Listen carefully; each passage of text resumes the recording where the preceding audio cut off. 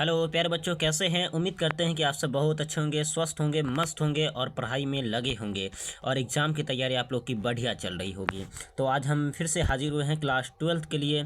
ये उर्दू का महामैराथन क्लास लेकर 100 ऑब्जेक्टिव आज की वीडियो में हम लोग बात करने वाले हैं। इस महामैराथन क्लास में बहुत ही मज़ेदार वीडियो के अंदर हम लोग लेकर आ चुके हैं 100 ऑब्जेक्टिव सवालात को। आज हम लोग मज़ेदार के साथ पढ़ेंगे। मज़ेदार वीडियो है, आप लोग ज़रूर देखें और ज़रूर पढ़ कर जाए। 100 ऑब्जेक्टिव ये 1 से 1.5 घंटे का ये जो है महामैराथन क्लास होगा। आप लोग ज़रूर ज्वाइन करें और इसमें ज़्यादा से ज़्यादा लोगों तक ये वीडियो शेयर करें और कमेंट करें, लाइक करें और हमारे यूट्यूब चैनल को सब्सक्राइब कर ले और बेल आइकन दबा ले और ऑल पे कर ले, जिससे आपको हमारी तमाम वीडियो का नोटिफिकेशन आपके मोबाइल पे जाता रहेगा और हमारे तमाम वीडियो को आप लोग देखते रहेंगे। तो चलिए हाजिर हुए हम। कहते हैं बहुत सारे हम लोगों ने इससे पहले ऑब्जेक्टिव ने देखा, बहुत सारा ऑब्जेक्टिव पढ़ा। ये ओनली फॉर ऑब्जेक्टिव का वीडियो है। आप लोग से गुजारिश करेंगे कि अभी तक अगर हमारे तमाम वीडियो को नहीं देखे हैं तो मत देखिए, मगर आपसे इतना गुजारिश ज़रूर करूँगा कि ये महामैराथन क्लास ज़रूर देखें। आपकी ज़िंदगी सुधर सकती है। इसी से आपके बिहार बोर्ड में, इसी के अंदर से, पूरे बिहार बोर्ड के अंदर से सवाल रहने वाला है। आप लोग ज़रूर देखेंगे और ये पूरा, अगर आप महामैराथन क्लास जाते हैं देखकर, ये महामैराथन का ये सेकेंड वीडियो है, यानी कि महामैराथन 2 आ रहा है। ये इसका नाम है महामैराथन 2 क्लास उर्दू 12th क्लास के लिए। आप लोग ज़रूर पढ़ें और इसे ज़रूर पढ़ कर जाए। चलिए पहला ऑब्जेक्टिव यहाँ पे स्टार्ट करते हैं। हम लोग देखिएगा, पहला क्वेश्चन आप लोग के यहाँ पे देखिए क्या लिखा हुआ है। लिखा गया है कि दर्जेल मारूजी सवालात में से किसी सही, किन्हीं जो है ना 50 का सही जवाब मुंतखब करना है। यहाँ पूछा जा रहा है आपसे कि कहीं इनमें से जो 50 सवालात दिख रहा है, यही कहीं ना कहीं यहाँ पे 100 सवालात होगा। 100 सवालातों में से आपको सही 50 का जवाब देना है। बिहार बोर्ड में ऐसे ही सेक्शन ए के अंदर ये सवाल देखने को मिलता है। सेक्शन बी के अंदर सब्जेक्टिव, सेक्शन ए के अंदर ऑब्जेक्टिव रहता है। चलिए पहला क्वेश्चन यहाँ पे होने वाला हमारा पहला क्वेश्चन है कि गुब्बारे खातिर किस तरह का मजमुआ है। ध्यान से क्वेश्चन समझे। गुब्बारे खातिर जो है किस तरह का मजमुआ है, आप लोग याद कर लेंगे। गुब्बारे जो खातिर है वह किस तरह का मजमुआ है, तो आप लोग ऑप्शन नंबर बी हो जाएगा इसका सही option. Option number B is the correct option हो जाएगा। गुब्बारे खातिर ये मौलाना अबुल कलाम आज़ाद का एक बेहतरीन खतूत है, यानी खत है। जो लिखा है, खत का जमा ही खतूत होता है। सही बच्चे ध्यान देंगे। ऑब्जेक्टिव में भी पूछ सकता है कि खत का जमा क्या होता है, तो आप सही बच्चे ध्यान देंगे। खत का जमा ही खतूत होता है। क्या होता है? खत का जमा होता है खतूत, याद रख लेंगे। और ये मौलाना अबुल कलाम आज़ाद ने कुल मिलाकर जो है 24 खत लिखा, जिसके आपके पूरे बुक के अंदर जो है 3 खतूत, आपके बुक के अंदर 3 खतूत शामिल है। मौलाना अबुल कलाम आज़ाद का जो मजमुआ है आपके बुक के अंदर, ये खतूत का मजमुआ है। मौलाना आज़ाद ने सदीक मुकर्रम पे खत लिखा है। 3 खत लिखा है, अलग अलग तारीख में लिखा है। आप लोग ज़रूर पढ़े, उससे ज़रूर जाकर देख लेंगे, ठीक है। चलिए, तो पहला हो गया गुब्बारे खातिर का जो है ना किस तरह का मजमुआ है, खतूत का मजमुआ है। पूछता है गुब्बारे खातिर किसका मजमुआ, तो बोल देना मौलाना अबुल कलाम आज़ाद का, ठीक है। आगे चलिए, दूसरा नंबर क्वेश्चन है हमारा यहाँ पे। दूसरा नंबर क्वेश्चन है कि रसाला गुफ्तगू, रसाला जो है ना गुफ्तगू, याद रख लेंगे। रसाला गुफ्तगू किसने शाया किया, तो रसाला गुफ्तगू जो है किसने शाया किया, आप लोग सही ध्यान से देखेंगे समझ में आ जाए। उम्मी हनफी ने, अली सरदार जाफरी ने, या आप लोग बताइए जिलानी वानो ने, या अकबर इलाहाबादी ने, किसने किया था? ऑप्शन नंबर बताइए आप लोग। सही सही जल्दी बताएंगे आप लोग, कुछ समय दिया जाएगा आप लोगों को। चलिए तो यहाँ पूछ रहा है कि रसाला, पूछ रहा है कि रसाला जो है ना, रसाला गुफ्तगू जो है किसने शाया किया था। आप लोग ध्यान देंगे, रसाला गुफ्तगू जो है किसने शाया किया था, आप लोग याद कर लेंगे। Option number B is the correct option हो जाएगा। Option number B, Ali Sardar Jafri ने किया था। किसने? अली सरदार जाफरी ने ही किया था, याद रखिएगा। अली सरदार जाफरी ने ही किया था। ऑप्शन नंबर हो जाएगा बी। अली सरदार जाफरी का लिखा हुआ नज़म क्या है? नज़म कौन सा है? गुफ्तगू है। एक गुफ्तगू नज़म है और एक मेरा सफ़र है, याद रखेंगे। मेरा सफ़र बोलता तो ये भी इसी का है। अगर ये क्वेश्चन पूछता था कि मेरा सफ़र में किसके आमद बयान की गई, तो मौत के पहले का मंजर बयान किया गया है ना। और जवान की तितली उड़ जाएगी, वो बात किस में की गई है, तो वही मेरा सफ़र में की गई है ना। और कहीं ना कहीं एक क्वेश्चन और कर देगा कि हाथ में हाथ लिए सारा जहां साथ लिए, तोहफाए दर्द प्यार के सौगात ली, कहाँ से लिया गया है, तो ये मान लीजिएगा आप लोग गुफ्तगू से लिया गया है। ये नज़म किससे लिया गया है, ये लाइन किससे लिया गया है, गुफ्तगू नज़म से लिया गया है। सबसे लास्ट लाइन में पढ़ेंगे तो आप लोग समझ में आ जाएगा। दर्द और सौगात और से जो है ना, दर्द और सौगात और प्यार की बात किस नज़म में की गई है, तो यानी जो है गुफ्तगू में की गई है, ठीक है। मौत का मंजर किस में बयान किया गया, तो मेरा सफ़र में किया गया है। इस तरीके से कई क्वेश्चन आप लोग जरूर पढ़ के जाए। बिहार बोर्ड में कई बार इससे पूछा गया मतलब जो सवाल है, जरूर पढ़े, ठीक है। चलिए आगे बात करें। अब यहाँ पे देखिए, गुफ्तगू को शायर ने किस नाम से मानून किया, आप लोग याद कर लेंगे। ये भी क्वेश्चन बिहार बोर्ड में कई बार पूछा गया है, तो याद रखेंगे हिंदू पाक दोस्ती के नाम से मानून किया है। हिंदू पाक दोस्ती के नाम से कौन सा नज़म को शाया किया गया है, तो आप लोग याद कर लेंगे। हिंदू पाक दोस्ती के नाम से कौन सा नज़म किया गया है, तो याद रखेंगे गुफ्तगू किया गया है। हिंदू पाक दोस्ती के नाम से गुफ्तगू किया गया है, ठीक है। इस तरह से आप लोग क्वेश्चन याद रख लेंगे। चलिए अगला बात करें कि 3 नंबर क्वेश्चन हम बात करें, और तो इस तरह से क्वेश्चन हो गया। अब इसी तरह से आप लोग देख लेंगे, ठीक है ना। तो अली सर जाफरी की भी क्वेश्चन यहाँ पे पूछा जाएगा, तो आप लोग बता दीजिएगा, ठीक है, कोई दिक्कत नहीं होने वाली। चलिए आगे बात करें। क्वेश्चन नंबर 3 देख लीजिए आप लोग। क्वेश्चन नंबर 3 क्या है, लिखा गया क्वेश्चन नंबर 3 में कि बताइएगा आप लोग।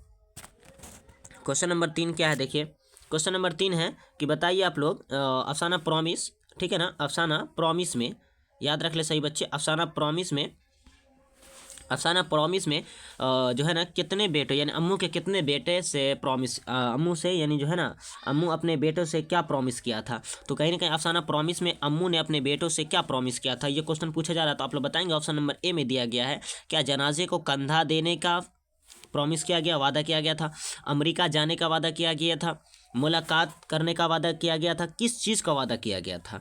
तो इस यहाँ पे हो जाएगा इंतजाम करने के लिए या किस चीज़ के बारे में। तो अम्मू ने अपने बेटे से जो प्रॉमिस किया था, वो कहा था कि मरने के बाद हमें ज़रूर कंधा देना। तुम सब चारों भाई ने, यानी अम्मू के कितने बेटे थे, 4 बेटे थे, जिसका नाम था हमीद, खुर्शीद, रशीद, जमशेद, ठीक है। ये 4 बेटे थे, याद रख लेंगे। सबसे छोटा बेटा जिसका नाम था हमीद, हमीद जो था ये मंत्री बन गया था, यानी जो है ना राष्ट्रीय कहीं ना कहीं इसको जो है ना अदालत कह सकते हो, सियासत से बहुत दिलचस्पी था, इसलिए इसको कहीं ना कहीं इसको जो है ना नौकरी मिल गया था। ये जो है क्या बोलते हैं इसमें, आप लोग याद कर लेंगे, मंत्री बनकर आया था, ठीक है ना। इस तरह से आप लोग याद कर लीजिएगा।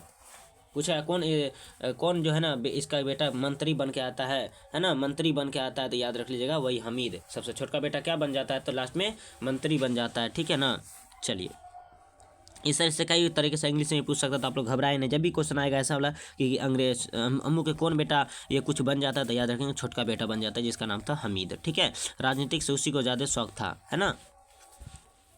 चलिए तो यहाँ पूछा कि अम्मू ने अपने बेटों से क्या प्रॉमिस किया था, तो ऑप्शन नंबर ए हो जाएगा कंधे देने की, यानी जनाजे को कंधे देने की बात कही गई थी, अपने बेटा से वादा किया गया था। कहीं ना कहीं option number A is the correct option हो जाएगा, ऑप्शन नंबर ए सही हो जाएगा, ऑप्शन नंबर ए सही हो जाएगा, ठीक है। चलिए दूसरा नंबर, और इस तरह से लिख लीजिएगा आप लोग। और अफसाना प्रॉमिस जो है, अफसाना प्रॉमिस किसने लिखा, तो आप लोग याद कर लेंगे। अफसाना जो प्रॉमिस है ये वादा है, यानी इंग्लिश वर्ड यहाँ पे इस्तेमाल किया गया प्रॉमिस, प्रॉमिस।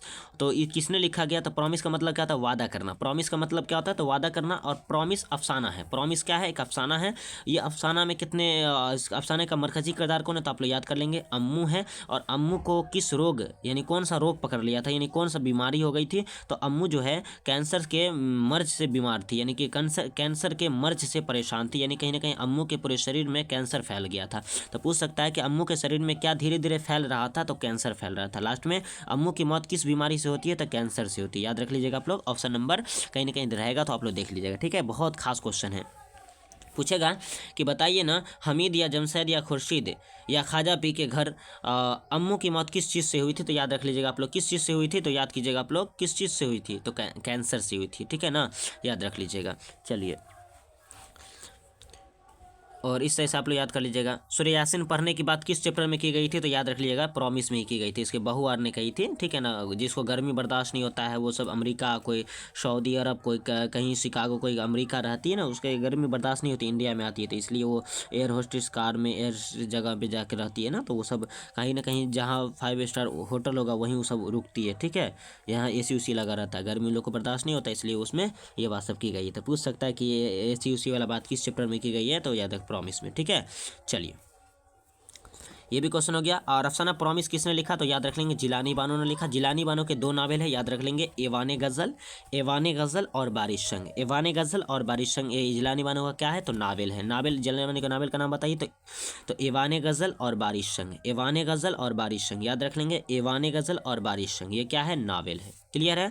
चलिए, ये महामैराथन क्लास आप लोग जरूर देखें। आपसे गुजारिश करेंगे कि अभी तक आप कुछ नहीं देखे हैं तो सिर्फ हमारे इन महामैराथन क्लास को लेके देख के चले जाए एग्जाम हॉल में। आपको 50 यानी 100 ऑब्जेक्टिव में से पूरे 100 ऑब्जेक्टिव बनने लगेगा और आपको बनाना कितना है 50 ऑब्जेक्टिव। क्लियर हो जाएगा, आप लोगों को पूरा सॉल्व हो जाएगा। चलिए याद कर लीजिएगा। चलिए 4 नंबर क्वेश्चन क्या है हमारा देख ले।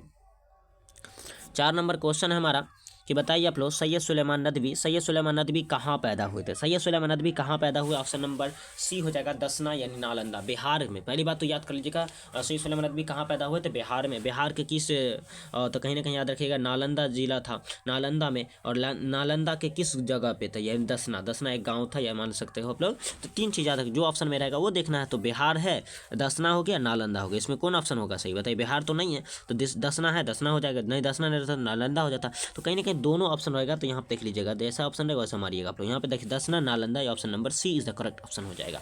सैयद सुलेमान नदवी कहाँ पैदा हुए थे, याद रखिए दसना यानी नालंदा में पैदा हुए थे। ठीक है, इस तरह से आपको क्वेश्चन सॉल्व कर लेना है।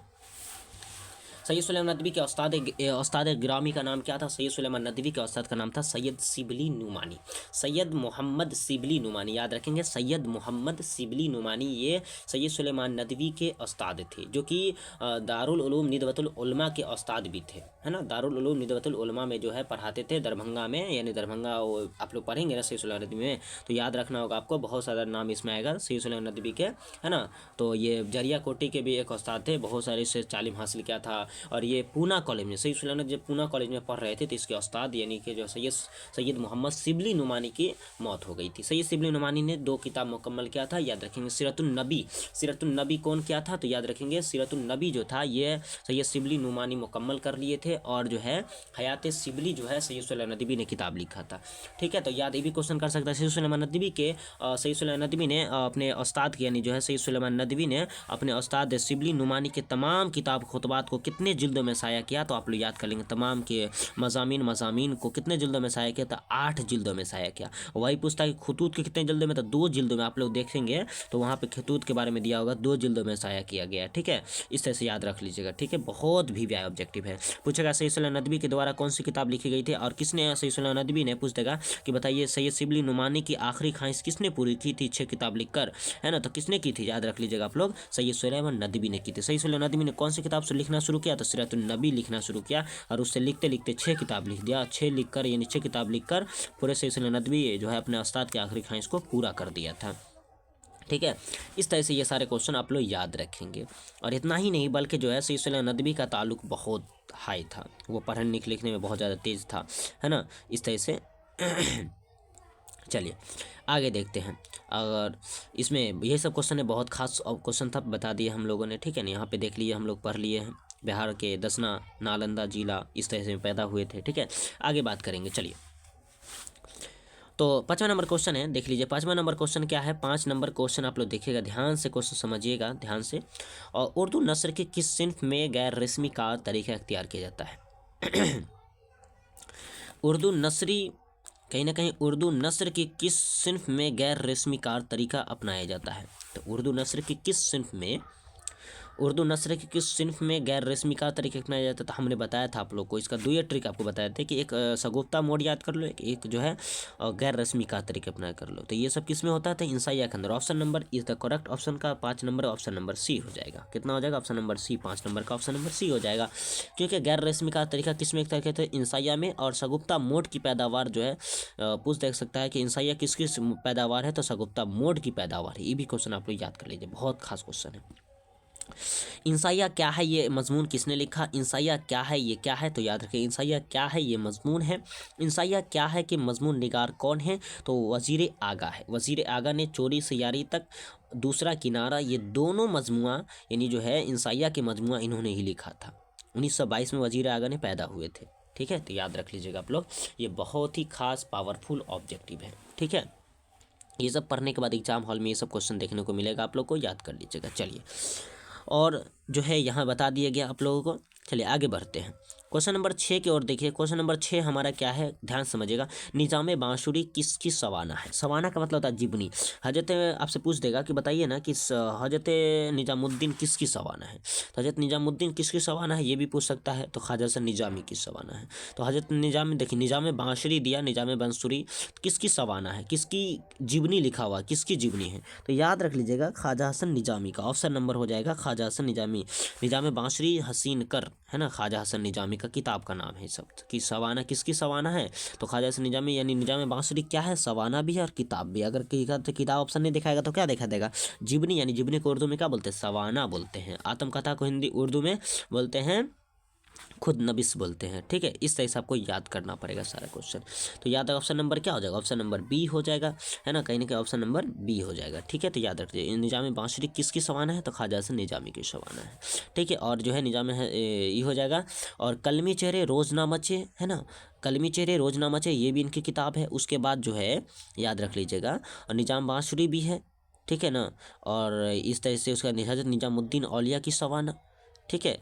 और इस तरह से जो है सी से सिपारा दिल, सिपारा दिल भी एक इसी का किताब है। ख्वाजा हसन निजामी 3 किताब है, ठीक है ना, याद कर लीजिएगा। सिपारा दिल भी है हजरत निजामुद्दीन औलिया की सवाना, और निजाम बांसुरी ये किसकी किताब है, ख्वाजा हसन निजामी की किताब है, याद रख लीजिएगा। ठीक है, तो चलिए 7 नंबर क्वेश्चन देखें। 7 नंबर क्वेश्चन क्या देख लीजिएगा आप लोग। 7 नंबर क्वेश्चन है गुलजार नसीम किसकी तख्लीक है? तो गुलजार नसीम जो है किसकी तख्लीक है, आप लोग याद कर लीजिए। गुलजार नसीम दयाशंकर नसीम को क्लास 10th से लिया गया है। ये दयाशंकर नसीम जो है क्लास 10th में हम लोग पढ़ाए थे, आप लोगों को पढ़ाए थे कि गुलजार नसीम किसकी मसनबी है। तो याद रख लीजिए गुलजार नसीम, पहले बात तो पूछा क्या है गुलजार नसीम, आप मसनबी है किसकी मसनबी, दयाशंकर नसीम की। दयाशंकर क्यों लगा, कि दया नसीम का पूरा नाम दयाशंकर है, बाप का नाम दयाशंकर कोल, है ना, दयाशंकर नसीम। तो दयाशंकर नसीम, नसीम का पूरा नाम हो गया, और बाप का नाम गंगा प्रसाद कोल भी था उसके बाप का नाम, ठीक है ना। इस तरह से ये कश्मीर के थे। दयाशंकर नसीम का ताल्लुक कहाँ तक, कश्मीर से। और ये कब पैदा हुए, तो 1811 में पैदा हुए थे। 1800 याद रख लीजिएगा आप लोग, 1811 में पैदा हुए और लखनऊ में, और 1845 में इंतकाल कर गए, लखनऊ में इंतकाल किए, ठीक है ना। इस तरह से याद रख लीजिएगा आप लोग 1845 में। ठीक है, दयाशंकर नसीम का ताल्लुक जो है किस मसनबी से, तो गुलजार नसीम से है। गुलजार नसीम किसके मसनबी है, और गुलजार नसीम में किसकी किस्सा बयान की गई, तो शैतान की लड़की की, शैतान की और एक इंसान की, लड़कों की मोहब्बत को बयान किया गया है ना। गुलजार नसीम का जो मरकज़ी किरदार है वो याद रख लीजिएगा गुलबकावली है। क्या है, गुलबकावली है और ताजुल मुलूक है, ठीक है ना, याद रख लीजिएगा। यही दोनों की किस्सा को बयान किया है गुलजार नसीम के अंदर। तो आपसे पूछ सकता है गुलबकावली का पूरा नाम क्या है। गुलबकावली ने अपने बादशाह के सामने फ़कीर बनकर, यानी जब बादशाह को देखी तो क्या किसका रूप धारण किया था, किसका रूप ले ली थी, तो बादशाह का जो है बादशाह के सामने किसका रूप ली थी, फ़कीर ने। तो याद रखिएगा फ़कीर का जो रूप ले ली थी बादशाह के सामने वो लड़की। और जो है ये लड़की शैतान की बेटी थी, शैतान की, है ना, जिन्नात की बेटी थी, ठीक है, जिन्नात की बेटी थी। और इंसानी लड़का से इसको मोहब्बत हो जाता है, इसी तरीके से इसमें बयान किया गया है। और इसने बादशाह के सामने अपना नाम फ़िरोज़ बख्त बताती है, इब्ने फ़िरोज़ बताती है। तो गुलबकावली ने अपना बादशाह के नाम ने अपना नाम क्या बताती है, इब्ने फ़िरोज़, याद रख लीजिएगा। इब्ने फ़िरोज़ किसका नाम है, गुलबकावली अपने बादशाह के सामने ये नाम बताई थी, ठीक है। इससे सारा क्वेश्चन आप लोग याद कर लेंगे। चलिए, जैनुल मुल्क में इसका जो है ना गुलबकावली के शौहर रहते थे, तो इसलिए पता पूछते पूछते वहाँ चली गई। और ताजुल मुल्क जो है ना इसके तलाश में, किसके तलाश में, ताजुल मुल्क के तलाश में जैनुल मुल्क चले गए, जैनुल मुल्क, ठीक है ना। तो कहीं ना कहीं जैनुल मुल्क चले गए, तो वहाँ जाने के बाद पता चला इसका शौहर यहीं रहते हैं। तो उसको जो है बादशाह खुश हो गए गुलबकावली से, यानी इब्ने फ़िरोज़ से बहुत खुश हो गए, और इसको आप जो है ना वज़ीर बना दिए। तो जैनुल मुल्क क्या करती, जैनुल मुल्क दरबार में जो पूछ सकता है कि जैनुल मुल्क दरबार का वज़ीर कौन थी, तो वही थी कौन, गुलबकावली, न तो इब्ने फ़िरोज़ देगा ऑप्शन, ठीक है, जो रहेगा ऑप्शन वही मारिएगा, ठीक है। तो इतना सारा क्वेश्चन आपको बता दिए हैं। चलिए अब बात यहाँ पे आ ही गया, तो मसनबी के भी मतलब बता दें। मसनबी का मतलब क्या होता है, तो दो दो किया गया। मसनबी का मतलब क्या होता है, दो दो किया गया। मसनबी में इश्क मोहब्बत बयान की जाती है किसी की भी, ठीक है ना, तो याद रख सकते हैं। चलिए, तो यहाँ पे कहा गुलजार नसीम किसकी मसनबी, आपको बता दिया। Option number A Dayashankar Naseem की, option number A Dayashankar Naseem, option number A हो जाएगा, दयाशंकर नसीम हो जाएगा। क्लियर है। 8 नंबर क्वेश्चन है, देख लीजिए 8 नंबर क्वेश्चन, अकबर इलाहाबादी की पैदाइश कब हुई? अकबर इलाहाबादी की पैदाइश आप लोग याद कर लेंगे, अकबर इलाहाबादी की पैदाइश कब हुई? तो ऑप्शन नंबर देख लीजिए, अकबर इलाहाबादी की पैदाइश कब हुई? तो 1844 में, 1845 में, 1846 में, 1847 में। आप लोग देख लीजिएगा, यहाँ पे दो दो ऑप्शन बताया गया होगा। 8 नंबर क्वेश्चन का सही आंसर क्या होगा आप लोग बताएंगे। 1845 सही, ऑप्शन नंबर बी हो जाएगा, क्योंकि किसी लोगों का कहना था कि 1846 में पैदा हुआ, मगर ये गलत है। मगर इसके खुद बयान के मुताबिक 1845 में अकबर इलाहाबादी पैदा हुआ। 1845 का सही आंसर हो जाएगा, याद रख लीजिए। चलिए आगे बढ़े, चलिए। और अकबर इलाहाबादी के द्वारा हमारे नसाब में, यानी आपके नसाब में, आपकी किताब में जब खोल के देखोगे तो एक नज़म लिखा गया जिसका नाम है बर्क़ कलीसा। बर्क़ कलीसा का जो मरकज़ी किरदार है वो अकबर इलाहाबादी है। और अकबर इलाहाबादी जो है ना, उसमें मीस से मुलाकात हो जाती है, एक लड़की से मोहब्बत वाली बात हो जाती है, तब मोहब्बत करने के लिए, मीस से मुलाकात करने के लिए अकबर इलाहाबादी कलीसा चले जाते हैं, ठीक है ना, कलीसा। तो इसलिए उसकी इस कहानी का, इस जो है ना नज़म का नाम ही बर्क़ कलीसा पड़ जाता है। बर्क़ का मतलब बिजली और कलीसा का मतलब ईसाइयों की इबादतगाह, ठीक है, इस तरह से पूछ सकता है, मतलब याद रख लीजिएगा। चलिए, और गुलशन फितरत किसको कहा गया? शायर अकबर इलाहाबादी ने किसको कहा था? मिस को, है ना, मिस को गुलशन फितरत, बहार नौ बहार, उसके कदमों में दौलत शोहरत, किसके कदमों में था? अकबर इलाहाबादी मिस के कदमों में रखना चाहते थे, ठीक है, वो लड़की थी। चलिए आगे बढ़े, क्वेश्चन नंबर 9 देख लीजिए आप लोग। क्वेश्चन नंबर 9 क्या है? जयप्रकाश नारायण। जयप्रकाश नारायण को किस लक़ब से याद किया जाता है? जयप्रकाश नारायण को किस लक़ब से याद किया जाता है? आप लोग समझ जाएंगे। जयप्रकाश नारायण को जो है किस लक़ब से याद किया जाता है, तो आप लोग याद कर लीजिए। जयप्रकाश नारायण को Loknayak, option number C is the correct option हो जाएगा। लोकनायक के नाम से जाना जाता है। जयप्रकाश नारायण को लोकनायक के नाम से जाना जाता है। उसी तरह से गालिब को मिर्ज़ा नौसा के नाम से जाना जाता है, और उसी तरीके से याद रखें, मिर्ज़ा नौसा के नाम से गालिब को जाना जाता है, उस तरह से जयप्रकाश नारायण को लोकनायक के नाम से भी जाना जाता है, ठीक है, इस तरह से याद रख लीजिएगा। और जयप्रकाश नारायण ने संपूर्ण क्रांति का नारा दिया था, यानी संपूर्ण क्रांति किसने लिखा था? तो जयप्रकाश नारायण ने। उर्दू में आप पढ़ेंगे कामिल इनकलाब क्या है, तो खुतबा है, याद रखें। कामिल इनकलाब का खुतबा किसने पेश किया था? तो जयप्रकाश नारायण ने पेश किया था, जयप्रकाश नारायण ने पेश किया था, जयप्रकाश नारायण ने, ठीक है, याद रख लीजिएगा। किसका? तो यानी कि कामिल इनकलाब का खुतबा किसने पेश किया? जयप्रकाश नारायण ने। क्लियर है, यहाँ तक याद रख लीजिएगा। आगे बात करें, जयप्रकाश नारायण की शायद पैदाइश जो है 1902 ईस्वी में हुई होगी, ठीक है, शताब्दी आरा, याद रख लीजिएगा आप लोग, ठीक है। आगे बढ़े, क्वेश्चन नंबर 10 में देख लीजिए। क्वेश्चन नंबर 10 क्या है? क्वेश्चन नंबर 10 में पूछा है कि आदि एतबार से, यानी आदि एतबार से जो है जो किस अदद के बराबर है? तो आदि एतबार से यानी कहीं ना कहीं अदद के एतबार से आपको बताना है कि जो है जो यानी जो एता और जो है जो किस अदद के बराबर है।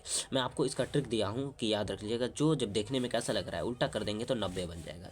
कैसा बन जाएगा? 9 बनेगा, जो उसके ऊपर 0 है तो कहीं ना कहीं 90 मान के चलिए। और जो का कितने शकल होते हैं? 2 शकल है, तो याद रख लीजिएगा। 9 को उल्टा कर देंगे, 9 पर यानी जो ना, तो 1 बच रहा है तो एक 0 अपने मन से लगा दीजिए। कितना हो जाएगा? ऑप्शन नंबर देखिए 900, कहीं ना कहीं 900 आपको दिखाई दे रहा होगा, ठीक है, 900 आपको कहीं ना कहीं दिखाई दे। Option number 20 the correct option हो जाएगा। जो कि इसका आदत कितना हो जाएगा? देखिए 9 को जब जो को उल्टा करेंगे तो 90 बन जाएगा, और 90 को तो होता है तो का मतलब 0 बैठा दीजिए, 90 हो जाएगा, यानी 900। जो का आदत कितना हो जाएगा? आप लोग याद कर लीजिएगा। जो का आदत कितना होता है? तो जो का आदत होता है, आप लोग याद कर लीजिएगा, जो का आदत कितना होता है? 900। ऑप्शन नंबर बी, 10 का ऑप्शन नंबर बी हो जाएगा सही आंसर। चलिए आगे बढ़े। 11 नंबर क्वेश्चन क्या देख लीजिएगा। 11 नंबर क्वेश्चन है, जेल में से किस नज़म में मौत की आमद से पहले का मंजर बयान किया गया है? जेल में से 11 नंबर क्वेश्चन पूछा जा रहा है कि बताइए ना, जेल में से किस नज़म में मौत की आमद से पहले का मंजर बयान किया गया? तो आप लोग याद कर लेंगे। ऑप्शन नंबर हो जाएगा मेरा सफ़र, ऑप्शन नंबर हो जाएगा डी। ऑप्शन नंबर क्या हो जाएगा? ऑप्शन नंबर डी हो जाएगा।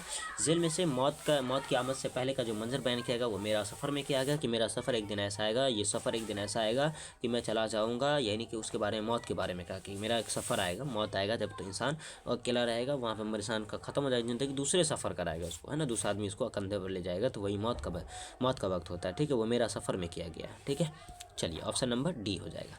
ये मौत का जो बयान किया गया, किसने क्या बयान किया? तो आप लोग याद कर लीजिएगा। और जो है इसका नाम है अली सरदार जाफरी ने मौत का, मेरा सफ़र के बारे में लिखा है, और गुफ्तगू इन्हीं दोनों किसका है? ये शायर का लिखा हुआ था, ठीक है। मगर आपको यहाँ पूछ दिया जो भी मौत का मंजर, तो ऑप्शन नंबर डी हो जाएगा। मेरा सफ़र में मौत के मंजर बयान किया गया था, आमद बयान किया गया था, ठीक है।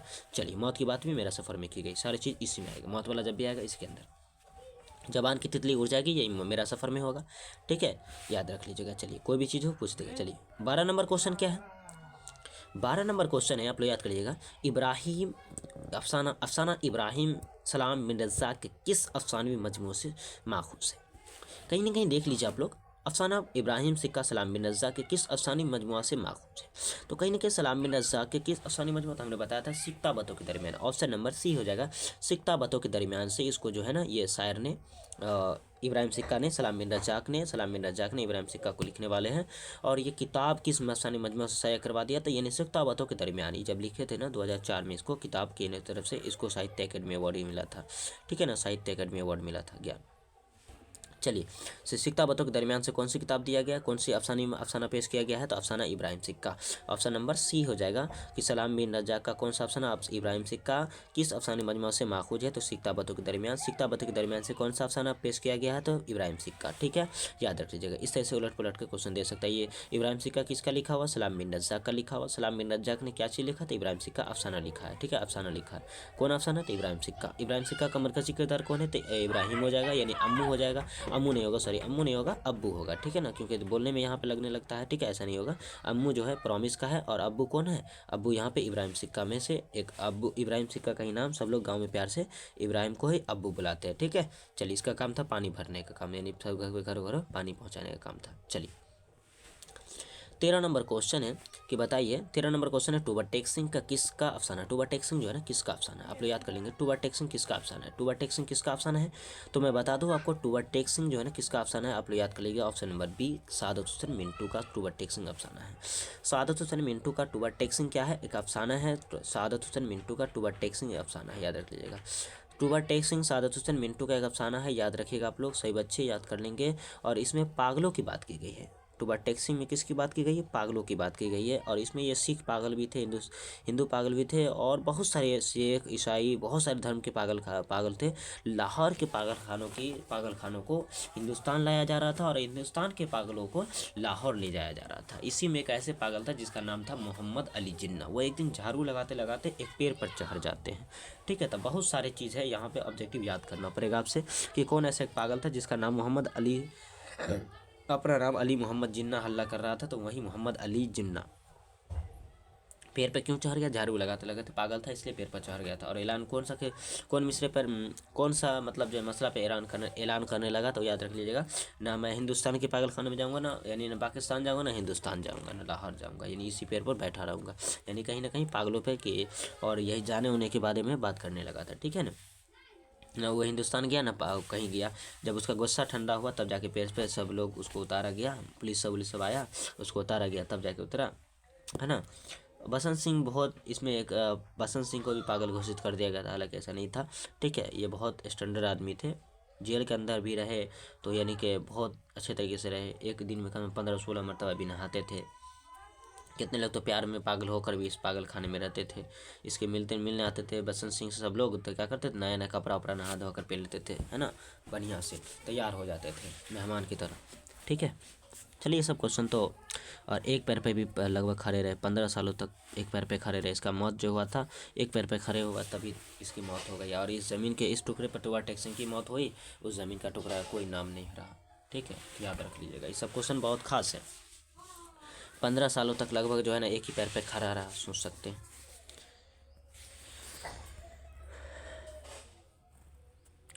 14 नंबर क्वेश्चन है कि बताइए, नज़म हम नहीं जानते का उर्दू तर्जुमा किसने किया था? नज़म हम नहीं जानते का उर्दू तर्जुमा किसने किया था? तो नज़म हम नहीं जानते उर्दू तर्जुमा किसने किया था? ऑप्शन नंबर डी हो जाएगा, जाहिदा ज़ैदी ने किया था। और ये नज़म हम नहीं जानते इतालवी ज़बान में सैयद यूजुन मुंताली ने किया था। इतालवी ज़बान से हम नहीं जानते तर्जुमा जो उर्दू ज़बान में किसने किया था? जाहिदा ज़ैदी ने। याद कर लीजिएगा आप लोग। ठीक है, कि इतालवी ज़बान में किसने किया था? तो याद, इतालवी ज़बान में किसने किया था? तो हम नहीं जानते ये तर्जुमा जो है, तर्जुमा है, ये क्या है? हम नहीं जानते क्या तर्जुमा है?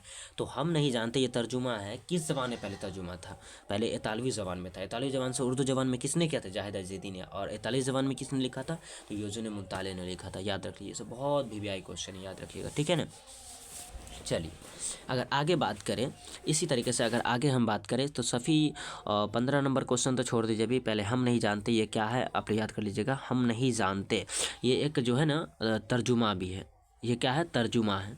और इसके लिखने वाले मतलब जो है यूजुन मुंताली हैं, और इसको बहुत बेहतरीन नज़म करार दिया गया है। ठीक है ना, बहुत अच्छा नज़म लिखा है इन्होंने, बहुत अच्छा नज़म लिखा है। लोग याद ज़रूर करेंगे और आप लोग याद कर लेंगे, ठीक है, क्योंकि ये एग्जाम में पूछ सकता है, या तो उर्दू में से पूछेगा या ना तो इसमें यहाँ पूछेगा कि जाहिदा जेदी ने कौन सा तर्जुमा यानी कौन सा तर्जुमा किया है, तो यही हम नहीं जानते तर्जुमा किस ज़बान में, तो उर्दू ज़बान में किया। जाहिदा जेदी ने किस ज़बान में, तो उर्दू ज़बान में, यानी पूछेगा नहीं हमने जानते का उर्दू तर्जुमा किसने किया था, तो यही जाहिदा जेदी ने किया था, ठीक है ना। इतालवी ज़बान का इतालवी ज़बान तर्जुमा नहीं कि जो है नए हमने जानते का इतालवी तर्जुमा किसने किया था, तो यूजन मुंताज ने किया था। ऐसे क्वेश्चन कैसे क्वेश्चन देगा आप लोग समझ के मारिएगा, ठीक है ना, देख के। चलिए अब आगे बात करें 15 नंबर क्वेश्चन देखिएगा। 15 नंबर क्वेश्चन में क्या कह रहा है। 15 नंबर क्वेश्चन है हमारा कि सफ़ी जावेद का कौन सा अफसाना आपके नसाब में है। ध्यान से समझिएगा, सफ़ी जावेद का कौन सा अफसाना आपके नसाब में है पूछ रहा है। तो कहीं ना कहीं सफ़ी जावेद का हम आपको पढ़ाए हैं। सफ़ी जावेद का जो अफसाना था ऑप्शन नंबर ए हो जाएगा, भूले बशरे गीत हो जाएगा। ऑप्शन नंबर ए हो जाएगा, भूले बशरे गीत हो जाएगा। भूले बशरे गीत का जो मरकज़ी किरदार था वो अज़ीज़ अहमद था, सैयद अज़ीज़ अहमद था। अज़ीज़ अहमद और रवि रंजन में पूछा जाता है कई बार दोस्ती का, तो कैसे दोस्त थे, पुराने दोस्त थे। रवि रंजन अज़ीज़ अहमद के कौन थे, तो पुराने दोस्त थे, ठीक है। जर्नलिस्ट रवि रंजन, ट्रांजिस्टर उसका हरा जाता है, वो खोजने में बेताब हो जाते हैं, ठीक है, याद रख लीजिएगा। तो सफ़ी जावेद का अफसानवी मजमुआ जो है ना हमारे नसाब में भूले बशरे गीत ही है, हमारे किताब में भूले बशरे गीत है। आप लोग ज़रूर याद रखेंगे। भूले बशरे गीत कई बार पूछ सकता है। भूले बशरे गीत का मरकज़ी किरदार या भूले बशरे गीत के जो मुसन्निफ़ है, मुसन्निफ़ कौन है, सफ़ी जावेद है, ठीक है, याद रख लीजिएगा। चलिए आगे बात करें। 16 नंबर क्वेश्चन है हमारा, दास्तान फसाना अजाइब की मुसन्निफ़ कौन है। दास्तान फसाना अजाइब की मुसन्निफ़ कौन है, आप लोग याद कर लीजिएगा। दास्तान फसाना अजाइब की जो मुसन्निफ़ है आप लोग याद करेंगे, मीरम्मन दहलवी नहीं है, याद रख लीजिएगा। यहाँ पर मीरानिस भी नहीं है, सैयद सुलेमान नदवी भी नहीं होगा, Rajab Ali Beg Suroor. Option number D is the correct option हो जाएगा, ऑप्शन नंबर डी हो जाएगा। रज्जब अली बेग सरवर के द्वारा लिखा गया अफसाना का नाम था, दास्तान का नाम था फसाना अजाइब। फसाना अजाइब क्या है, दास्तान है। ये कब लिखा गया, 1825 में लिखा गया था। 1825 में लिखा गया था, कानपुर में लिखा गया था ये दास्तान, कानपुर में। तो याद कर लीजिएगा आप लोग, कानपुर में, ठीक है ना, कानपुर, ठीक है ना कहीं कानपुर में लिखा गया था, याद रख लीजिएगा आप लोग। तो कानपुर में दास्तान ये जो है फसाना अजाइब क्या दास्तान है, किसने लिखा था, मिर्ज़ा रज्जब अली बेग सरवर ने लिखा था। तो कहीं ना कहीं मिर्ज़ा रज्जब अली बेग सरवर ने कौन सा दास्तान लिखा था, फसाना अजाइब। फसाना अजाइब के मुसन्निफ़ कौन है, तो रज्जब अली बेग सरवर। रज्जब अली बेग सरवर का जो मरकज़ी किरदार है यहाँ पे देखने को मिलेगा, आप लोग पढ़े होंगे। तो एक बादशाह था जिसका यमन का बादशाह था, रज्जब अली बेग सरवर में यमन का एक बादशाह था जो कि बहुत ही नेक था, बहुत ईमानदार था। हर चीज़ एक जो है ना ताजिर था, वो बहुत बेकार आदमी था। वो लालच में आकर बादशाह से दावा कर लिया। बादशाह दावा के पीछे नहीं करते थे, कभी वादा खिलाफ़ी नहीं करते थे। वादा किया और उसने इसको अपने सारा चीज़ तख्त तो जो है ना पूरे उसको दे दिया, पूरे बादशाहत उसको उसके हवाले कर दिया, है ना। लास्ट में इसके बाल बच्चे भी मर जाते हैं, बीवी भाग जाती है, दूसरे सौदागर इसकी बीवी को बहका कर ले जाते हैं। बहुत दुखी वाला कहानी है। आप फसाना जाए, बहुत अच्छी कहानी है और आप लोग पढ़ेंगे ना तो बहुत मज़ा आएगा उस कहानी को सुनने में, ठीक है। उसका बड़े बेटे को तो भेड़िया ले जाता है, छोटे बेटे पानी में उलट जाता है, क्या पता नहीं क्या क्या चीज़ हो जाता है, समझे। तो वही होता है, बड़े बेटियों को है ना, बड़े बेटे को भेड़िया खा जाता है, छोटे बेटे पानी में डूब के मर जाते हैं। इस तरीके से कई क्वेश्चन होते हैं, ठीक है, पूछ सकता है। फसाना अजाइब की मुसन्निफ़ तो रज्जब अली बेग सरवर है, याद रख लीजिएगा। चलिए 17 नंबर क्वेश्चन की बात करें। 17 नंबर क्वेश्चन हमारा देखिएगा कि अम्मू किस अफसाने में मरकज़ी किरदार निभाई है। तो अम्मू ने पूछा कि अम्मू ने किस अफसाने में मरकज़ी किरदार है, तो अम्मू याद रख लीजिए किस अफसाने में मरकज़ी किरदार है, तो ऑप्शन नंबर बी हो जाएगा, प्रॉमिस में। अफसाना जो है प्रॉमिस अफसाना जो है उसमें अफसाना का जो मरकज़ी किरदार है वो अम्मू ही है। अम्मू को कैंसर का रोग हो गया था, याद रखिए, कैंसर से बीमारी से मर गई थी, ठीक है ना। तो अम्मू के जो 4 बेटे थे ये भी याद रखिएगा। चलिए आगे बात करें। 18 नंबर क्वेश्चन है, अकबर इलाहाबादी कहाँ पैदा हुए थे। अकबर इलाहाबादी कहाँ पैदा हुए थे। 18 नंबर क्वेश्चन पूछा जा रहा है कि अकबर इलाहाबादी, पहली बात आपको बता दें कि अकबर इलाहाबादी नाम भी अकबर इलाहाबादी तो इलाहाबाद में ही पैदा हुए होंगे। 18 नंबर क्वेश्चन का सही आंसर आप लोग बताएंगे। तो इलाहाबाद नाम आ रहा है तो इसका मतलब क्या, ऑप्शन नंबर सी हो जाएगा। अकबर इलाहाबादी कहाँ पैदा हुए, ऑप्शन नंबर सी पैदा हुए, ऑप्शन नंबर सी कहीं ना कहीं इलाहाबाद में पैदा हुए, ठीक है। अकबर इलाहाबादी कहाँ पैदा हुए, ऑप्शन नंबर सी इलाहाबाद में पैदा हुए, ठीक है। तो याद रख सकते हैं इलाहाबाद में कौन पैदा हुए थे, अकबर इलाहाबादी पैदा हुए थे, ठीक है ना। चलिए इसी तरीके से अगर हम बात करें अकबर इलाहाबादी कहाँ पैदा हुए, तो इलाहाबाद में पैदा हुए। अकबर इलाहाबादी ने कौन सा, ये क्वेश्चन आपके, तो ये गज़ल के शायर है, ये क्यों है गज़ल के शायर, अकबर इलाहाबादी गज़ल लिखने वाले हैं, ठीक है ना, ये सब। चलिए अगर हम बात करें अकबर इलाहाबादी के नवरत्नों को शुमार में जो है ना, अकबर इलाहाबादी को कहीं ना कहीं, ठीक है, अकबर इलाहाबादी को नवरत्न में शुमार किया जाता है और वो औध पंच के नवरत्न में शुमार किया जाता है, ठीक है। तो इसको सुन याद कर सकते हैं आप लोग, बहुत सारा चीज़, गज़ल के भी शायर है और ये नज़म भी लिखे हैं और बहुत सारा चीज़, ठीक है ना, तो याद रख सकते हैं। चलिए आगे बढ़ते हैं। बरकी कलीसा के भी शायर अकबर इलाहाबादी है, ठीक है ना, अकबर इलाहाबादी ही, उसका मरकज़ी के तौर पर बता दिया गया आपको, ठीक है, याद होगा। चलिए, अकबर इलाहाबादी वही शायर है जो बरकी कलीसा में एक लड़की से मोहब्बत हो जाता है, ठीक है, वही शायर का नाम। चलिए 19 नंबर क्वेश्चन देखते हैं। 19 नंबर क्वेश्चन है गालिब ने, 19 नंबर क्वेश्चन है गालिब के दो खतूत मजमुआ है। तो गालिब के जो दो खतूत का मजमुआ है वो उर्दू में है, क्या है, उर्दू में है, याद रखेंगे। उर्दू खतूत के दो मजमुआ का नाम बताना है। तो गालिब के दो खतूत मजमुआ जो है उर्दू के, गालिब के दो खतूत मजमुआ है, याद रखें कौन सा है। तो खतूत उर्दू मुअल्ला और औद हिंदी है। तो ऑप्शन नंबर डी हो जाएगा, उर्दू मुअल्ला और औद हिंदी, ऑप्शन नंबर डी है ना, ऑप्शन नंबर डी हो जाएगा। गालिब के दो खतूत का मजमुआ का नाम उर्दू मुअल्ला और औद हिंदी है, ठीक है ना। औद हिंदी किसका है, तो गालिब का है। किस कौन सा है, तो उर्दू मजमुआ, ठीक है ना, उर्दू खतूत मजमुआ है। चलिए, गालिब ने तकरीबन 900 खतूत लिखा था और उसने अपने दोस्तों, अहबाबों और साथियों पर लिखा था। और पहले के दौर में जो जब गालिब ने देखा कि पहले के दौर में जो है ना बादशाह बड़े बड़े जैसे शेर शाह सूरी हो गए, मुग़ल बादशाह का जब दौर चल रहा था तो उस ज़माने में भी बहुत सारे लोग जो थे सब फ़ारसी में लिखा करते थे। पहले की दुनिया की हर एक काम फ़ारसी ज़बान में होता था। तो जब गालिब आए तो गालिब को लगा कि देखिए, अगर हम लोग तो पढ़े लिखे इंसान हैं तो हम लोग सब भाषा जानते तो अच्छे तरीके से फ़ारसी में लिख सकते हैं, मगर तमाम पढ़ने वाले तो जाहिल होते हैं, उतना जानकारी नहीं होता है, वो थोड़ी बहुत पढ़े लिखे होते हैं, उर्दू थोड़ा बहुत जानते हैं, फ़ारसी तो नहीं समझ पाएंगे। इसलिए गालिब ने उर्दू ज़बान में ख़त लिखना शुरू किया और उन्होंने लिखते अपने दोस्तों अहबाबों पर तकरीबन 900 खतूत लिख दिया। कितना, तकरीबन 900 खतूत लिखा, अपने दोस्तों अहबाबों साथियों पर लिखा। और तब से उर्दू खतूत का रिवाज शुरू हो गया था।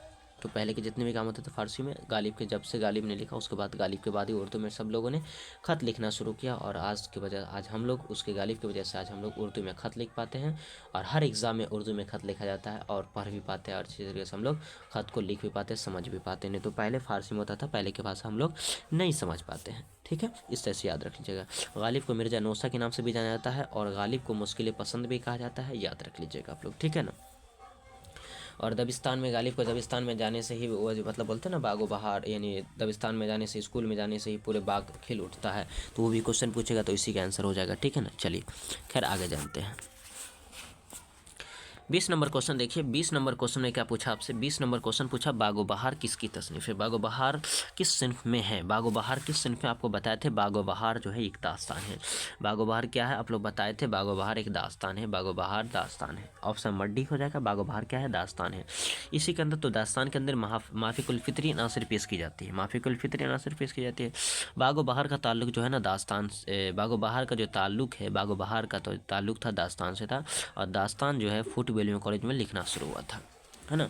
और पहले भी फूट विलियम कॉलेज से पहले बाहर अंग्रेज़ों के द्वारा बनाया हुआ कॉलेज का नाम था फूट विलियम कॉलेज, जो कि कॉलेज जो है ना वो कोलकाता में है, याद रखिएगा, ठीक है ना। मीरम्मन देहलवी का ताल्लुक भी कोलकाता से था मगर वो दिल्ली में पैदा हुए थे। ये इस हैसियत से कि दास्तान जब लिखना स्टार्ट किया तो उसका ताल्लुक कोलकाता से हो गया था, ठीक है ना। तो सब ऑप्शन देख के मारेंगे, ठीक है, जैसा पूछेगा ताल्लुक वैसा। चलिए,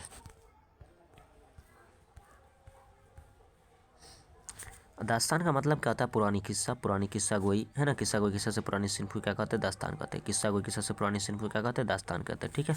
चलिए 21 नंबर क्वेश्चन हमारा क्या है, 21 नंबर क्वेश्चन आप लोग देखिएगा ध्यान से, क्वेश्चन समझिए, समझ में आ जाएगा। देखिए क्वेश्चन क्या है, 21 नंबर क्वेश्चन हमसे पूछ रहा है कि दर्जेल मिस्र किस नज़म से माखूज है। दर्जेल मिस्र, कोई मिसरा यहाँ पे दिया हुआ है, उस मिसरा से आपसे पूछ रहा है कि ये बताइए मिसरा कहाँ से लिया गया है। तो मैं बता दूँ, हम मिलाकर उसके लुक में, हम मिलाकर उसकी फसल की जब भी बात करे जाए तो यहाँ पर यही इसका ट्रिक हो जाएगा। फसल की जब भी बात करें इसका आंसर हो जाएगा खेती, खेत में ही तो फसल हो सकती है, ऑप्शन नंबर ए हो जाएगा। ऑप्शन नंबर क्या हो जाएगा, ऑप्शन नंबर ए हो जाएगा, कहीं ना कहीं ऑप्शन नंबर ए हो जाएगा, खेती हो जाएगा, है ना। कहीं ना कहीं फसल की जब भी बात कर जाए तो आप लोग खेती मार देंगे। खेती किसने लिखा, तो याद रखेंगे उमी हनफी ने लिखा है, ठीक है ना। अमी हनफी को लोग पढ़ते हैं, उमी हनफी पढ़ते हैं, मगर जो आपको अच्छा लगता है नाम सुनते हैं वही नाम पढ़िएगा आप लोग, क्योंकि हम लोग सुनते हैं उमी हनफी साहब, ठीक है ना, अमी हनफी साहब, तो उमी हनफी साहब, ठीक है, उमी हनफी साहब हम पढ़ते हैं, इसलिए हम लोग जो अच्छा लगता है आप लोग को वही पढ़ेंगे, ठीक है ना।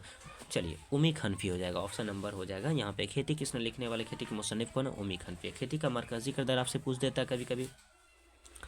खेती का मरकजी किरदार कौन है, तो वक्त है, याद रख लीजिएगा वक्त। याद रखें खेती का जो मरकजी किरदार है वो वक्त है, और याद रखेंगे वक्त है मरकजी किरदार। मगर खेती जो है कैसी नज़म है, आज़ाद नज़म है। खेती एक आज़ाद नज़म है, याद रख लीजिएगा आज़ाद, है ना। खेती जो है आज़ाद नज़म है, याद रखिएगा आप लोग सही बच्चे। ठीक है, आगे बढ़ते हैं। 22 नंबर क्वेश्चन है कि अफसाना क्वार्टेन किसका अफसाना है। अफसाना जो क्वार्टेन है वो किसका अफसाना है। कहीं ना कहीं क्वेश्चन पूछ रहा है, मुसन्निफ का नाम बताना है आपको। क्वार्टेन अफसाना जो है ना किसका अफसाना है, क्वार्टेन अफसाना। तो आप बताइए किसका अफसाना। आप सब जानते हैं राजेंद्र सिंह बेदी का अफसाना है। राजेंद्र सिंह बेदी क्लास 12th में, है ना। Rajendra Singh Bedi, option number C हो जाएगा। राजेंद्र सिंह बेदी का अफसाना का नाम है क्वार्टेन अफसाना। क्वार्टेन अफसाना का जो इसके अंदर जो बीमारी की बात की गई है वो खतरनाक बीमारी। क्वार्टेन एक के अंदर जो है प्लेग की बात की गई। क्वार्टेन अफसाना में किस प्लेग, क्वार्टेन अफसाना का जो बीमारी उसमें बात की गई, वो कौन सी बीमारी क्वार्टेन अफसाना में किस वबा का जिक्र है, तो याद रखिएगा प्लेग का। ठीक है, और चूहे से फैलने वाली बीमारी थी, याद रख लीजिएगा। ठीक है ना, चलिए आगे देखते हैं। और वो उसका जो मरकजी किरदार था भागू था, विलियम भागू। ठीक है ना, भागू, विलियम भागू, याद रख लीजिएगा आप लोग, विलियम, है ना, विलियम भागू नाम था इसका। अफसाना क्वार्टेन में मरकजी किरदार का नाम, क्लियर है, याद रख लीजिएगा। आगे बात करते हैं, उर्दू नस्र की किस सिनफ में गैर रस्म का तरीका इख्तियार किया जाता है। तो उर्दू नस्र में कहीं ना कहीं, उर्दू नस्र में, उर्दू की नस्र में उर्दू के किस सिनफ में गैर रस्मी का तरीका इख्तियार किया था। मैंने आपको बताया था कि किस में गैर रस्मी का तरीका, तो ऑप्शन नंबर हो जाएगा सी। और इंसाइया में, उर्दू नस्र के किस सिनफ में गैर रस्मी का तरीका अपनाया जाता था, इंसाइया में। ठीक है ना, इंसाइया में अपनाया जाता है। इंसाइया में आप लोग याद कर लेंगे, सही बच्चे, इंसाइया में। ठीक है, ऑप्शन नंबर हो जाएगा सी, इंसाइया में। इंसाइया के मुसन्निफ कौन है, तो याद वज़ीर आगा है। ठीक है, याद रख लीजिएगा। इंसाइया क्या है ये, इसके मुसन्निफ कौन है, तो वज़ीर आगा है। ठीक है, किस तेल को देखकर लोग नाक भौं चढ़ाते हैं। तो किस तेल को देखकर लोग नाक भौं चढ़ाते हैं, तो सब जानते हैं कि मिट्टी का तेल, है ना। तो कहीं ना कहीं मिट्टी का तेल ऐसा होता है जिसको सब लोग देखने के बाद जो है ना नाक भौं चढ़ाते हैं, यानी कि दुपट्टा रखने लगते हैं, कोई मास्क लगाने लगता है, क्योंकि मिट्टी का तेल बदबूदार पानी होता है, ये मिट्टी के अंदर ही पाया जाता है, इसलिए इसका नाम है मिट्टी का तेल। ठीक है ना, मिट्टी के अंदर एक बदबूदार चिकना पानी और बदबूदार पानी होता है, उसका नाम क्या है, तो मिट्टी के तह में आप देखेंगे चिकना और बदबूदार पानी होता है, उसका नाम क्या होता है, तो मिट्टी का तेल होगा। ठीक है ना, मिट्टी का तेल है। ऑप्शन नंबर कहीं ना कहीं डी हो जाएगा। मिट्टी का तेल देखकर लोग नाक बहुत चढ़ा लेते हैं। ठीक है, आप लोग देख सकते हैं। अगर थोड़ा बहुत गलती आ जाए तो आप लोग देख सकते हैं उसे। ठीक है, क्योंकि बोलने में मिस्टेक हो सकती है कहीं पे, और कहीं टिक आउट करने में मिस्टेक हो जाए तो आप लोग उसके लिए घबराएंगे नहीं, आप लोग कोशिश करेंगे थोड़ा समझने की। ठीक है, चलिए खैर आगे बात करते हैं। 25 नंबर क्वेश्चन देखिए। 25 नंबर क्वेश्चन है मुतशायर। मुतशायर की नज़र में गमखार कौन होता है। तो मुतशायर की नज़म में गमखार, मैं आपको कई क्वेश्चन यहाँ पे था, मैंने बताया हूँ, कितनी बार आपको रिपीट करवा दिया हूँ कि मुतशायर का गमखार कौन। ऑप्शन निगार होगा, पिरूडी निगार होगा, कसीदा निगार होगा, क्या होना चाहिए आप बताएंगे आप लोग, क्या होगा सोचिए। तो पिरूडी निगार ऑप्शन नंबर कहीं ना कहीं आप देखिए, ऑप्शन नंबर सी में है कि बी में है, ऑप्शन किस में दिया गया है, तो कहीं ना कहीं ऑप्शन क्या हो जाएगा, ऑप्शन नंबर हो जाएगा आपके लिए कहीं ना कहीं पिरूडी निगार। कहीं ना कहीं क्या होगा, पिरोडी निगार। तो जो मतलब यानी का जो पिरोडी दे दे वो गमखार होता है। मुतशायर का गमखार कौन होता है, जो पिरोडी दे दे, यानी जो पिरोडिया ला कर दे दे वो गमखार होता है। ऑप्शन नंबर हो जाएगा बी। ऑप्शन नंबर क्या हो जाएगा, ऑप्शन नंबर बी हो जाएगा। पिरोडी निगार को बोलते हैं हम लोग गमखार। मुतशायर का क्या होता है, गमखार। यहीं पे क्वेश्चन कई बार पूछ दिया जाता है कि मुतशायर का यार बताइए, मुतशायर का यार बताइए, या मुतशायर का यार, तब आपको पहले बता दे मुतशायर का यार बता दे। चलिए, तो मुतशायर का अगर आपसे पूछ दिया जाए कि बताइए मुतशायर का यार कौन होता है, वही में जैसे कि मुतशायर का यार पूछ दे, मुतशायर का गमखार पूछ दे, ठीक है, कोई भी हो सकता है। जो तजमीन लिख दे, क्या लिख दे, जो तजमीन लिख दे, यानी कि जो तजमीन याद रखिएगा, है ना, तजमीन जो तजमीन लिख दे, यानी जो तजमीन, याद रखेंगे, जो तजमीन लिख दे, है ना, वो क्या होता है, वो यार होता है। जो तजमीन लिख दे वो यार होगा, याद रखिए। यार किसको बोलेंगे, जो तजमीन लिख दे, है ना।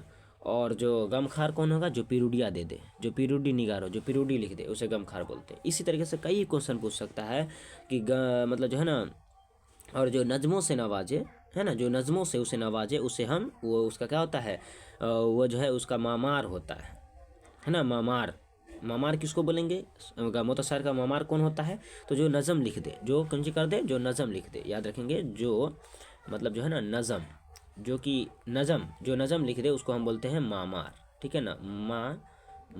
मामार किसको बोलिएगा, जो नज़म लिख दे, ठीक है ना। तो मामार बोलते हैं, जो नज़म लिख देगा उसको मामार बोलेंगे।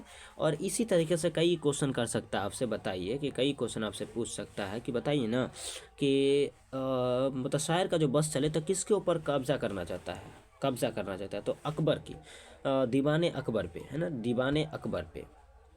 तो कहीं ना कहीं दीवाने, याद रखिएगा, दीवाने अकबर, है ना, दीवाने अकबर पर, है ना, दीवाने अकबर पर, है ना, दीवाने अकबर पर कब्जा करना चाहता है, कहीं ना कहीं कब्जा, याद रखिएगा, कहीं ना कहीं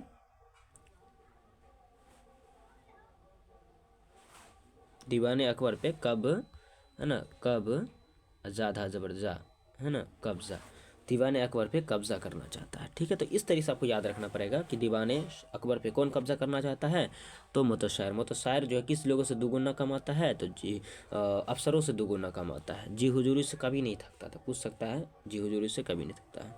तो जो है ना, चापलूसी मुझसे दरिया और इसी बल पे जाता हूँ धन्यवाद झरिया।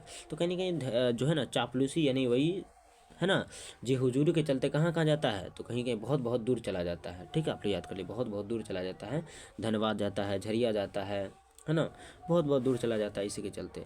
इतना बता दिए। गमखार कौन होता है, तो गमखार आपको बता दिए, जो पीरुडिया दे दे। अब हाँ, एक और क्वेश्चन आपसे पूछ सकता है कि जो मतलब शायर का सरदार कौन होता है, सरदार, असल ये क्वेश्चन ये वाला पूछ सकता है कि जो क्या कर दे, जो दीवान दे दे, जो नजम दे दे वो ममार होता है, जो दीवान दे, अब यानी जो दीवान दे दे, दीवान, जो दीवान दे देगा, जो दीवान दे उससे हम सरदार बोलते हैं, वो क्या होता है, सरदार। तो शायर का कौन सरदार होता है, यानी कि मतलब शायर का सरदार कौन होता है, जो दीवान दे दे, है ना, दीवान दे दे उसे हम सरदार बोलते हैं, ठीक है। इस तरह से क्वेश्चन पूछ सकता है। और मुतशायर का मानी क्या होता है, तो बनावटी शायर होता है, क्या होता है, बनावटी शायर। मुतशायर की मुसन्निफ कौन है, तो याद रखिएगा जफ़र कमाली, मुतशायर का जो मुसन्निफ है वो जफ़र कमाली हो जाएगा, याद रख सकते हैं आप लोग, ठीक है ना, जफ़र कमाली आप लोग याद कर लीजिएगा, जफ़र, है ना, जफ़र कमाली, जफ़र, है ना, जफ़र कमाली याद रखिएगा, जफ़र कमाली कहीं ना कहीं यहाँ पे मुतशायर हो जाएगा, यानी कि गमखार हो जाएगा। इसके मुसन्निफ, ये मुतशायर के मुसन्निफ कौन है, लिखने वाले कौन है, तो याद रखिएगा जफ़र कमाली, ठीक है, क्लियर है, यहाँ तक याद रख लीजिएगा। ये सब बहुत VVI क्वेश्चन आप जितना बता दिए।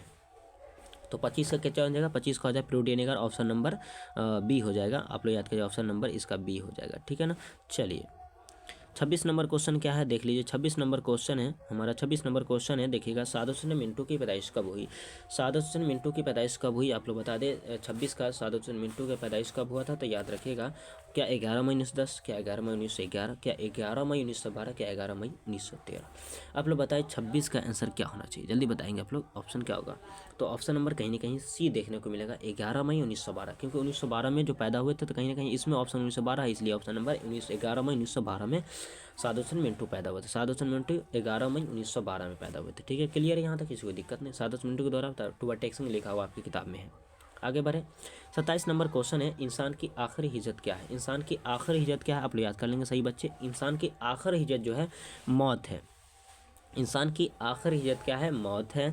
तो मौत यहाँ पे ऑप्शन दिखाई नहीं दे रहा, अब्दी सफ़र होगा, सफ़र तिजारत होगा, सफ़र गैर मालिक होगा, तो कहीं ना कहीं 27 में क्या होगा, अब्दी सफ़र, यानी अब्दी, कहीं ना कहीं यहाँ की जो सफ़र है हमारी हमेशा के लिए नहीं, यानी थोड़ी दिनों के सफ़र है, तो कहीं ना कहीं अब्दी सफ़र, वही ऑप्शन ये हो जाएगा, अब्दी सफ़र, इंसान की आखिरी इज्जत अब्दी सफ़र, यानी मौत होना चाहिए, वही कम दिनों की ज़िंदगी, आखिरी इंसान की आखिरी है, दुनिया इंसान के लिए आखिरी है, मौत, है ना, अब्दी सफ़र, यानी दुनिया में जो जी रहे हैं वो हमेशा के लिए ज़िंदगी नहीं है, इसलिए कम दिन, इसलिए अब्दी सफ़र हो जाएगा।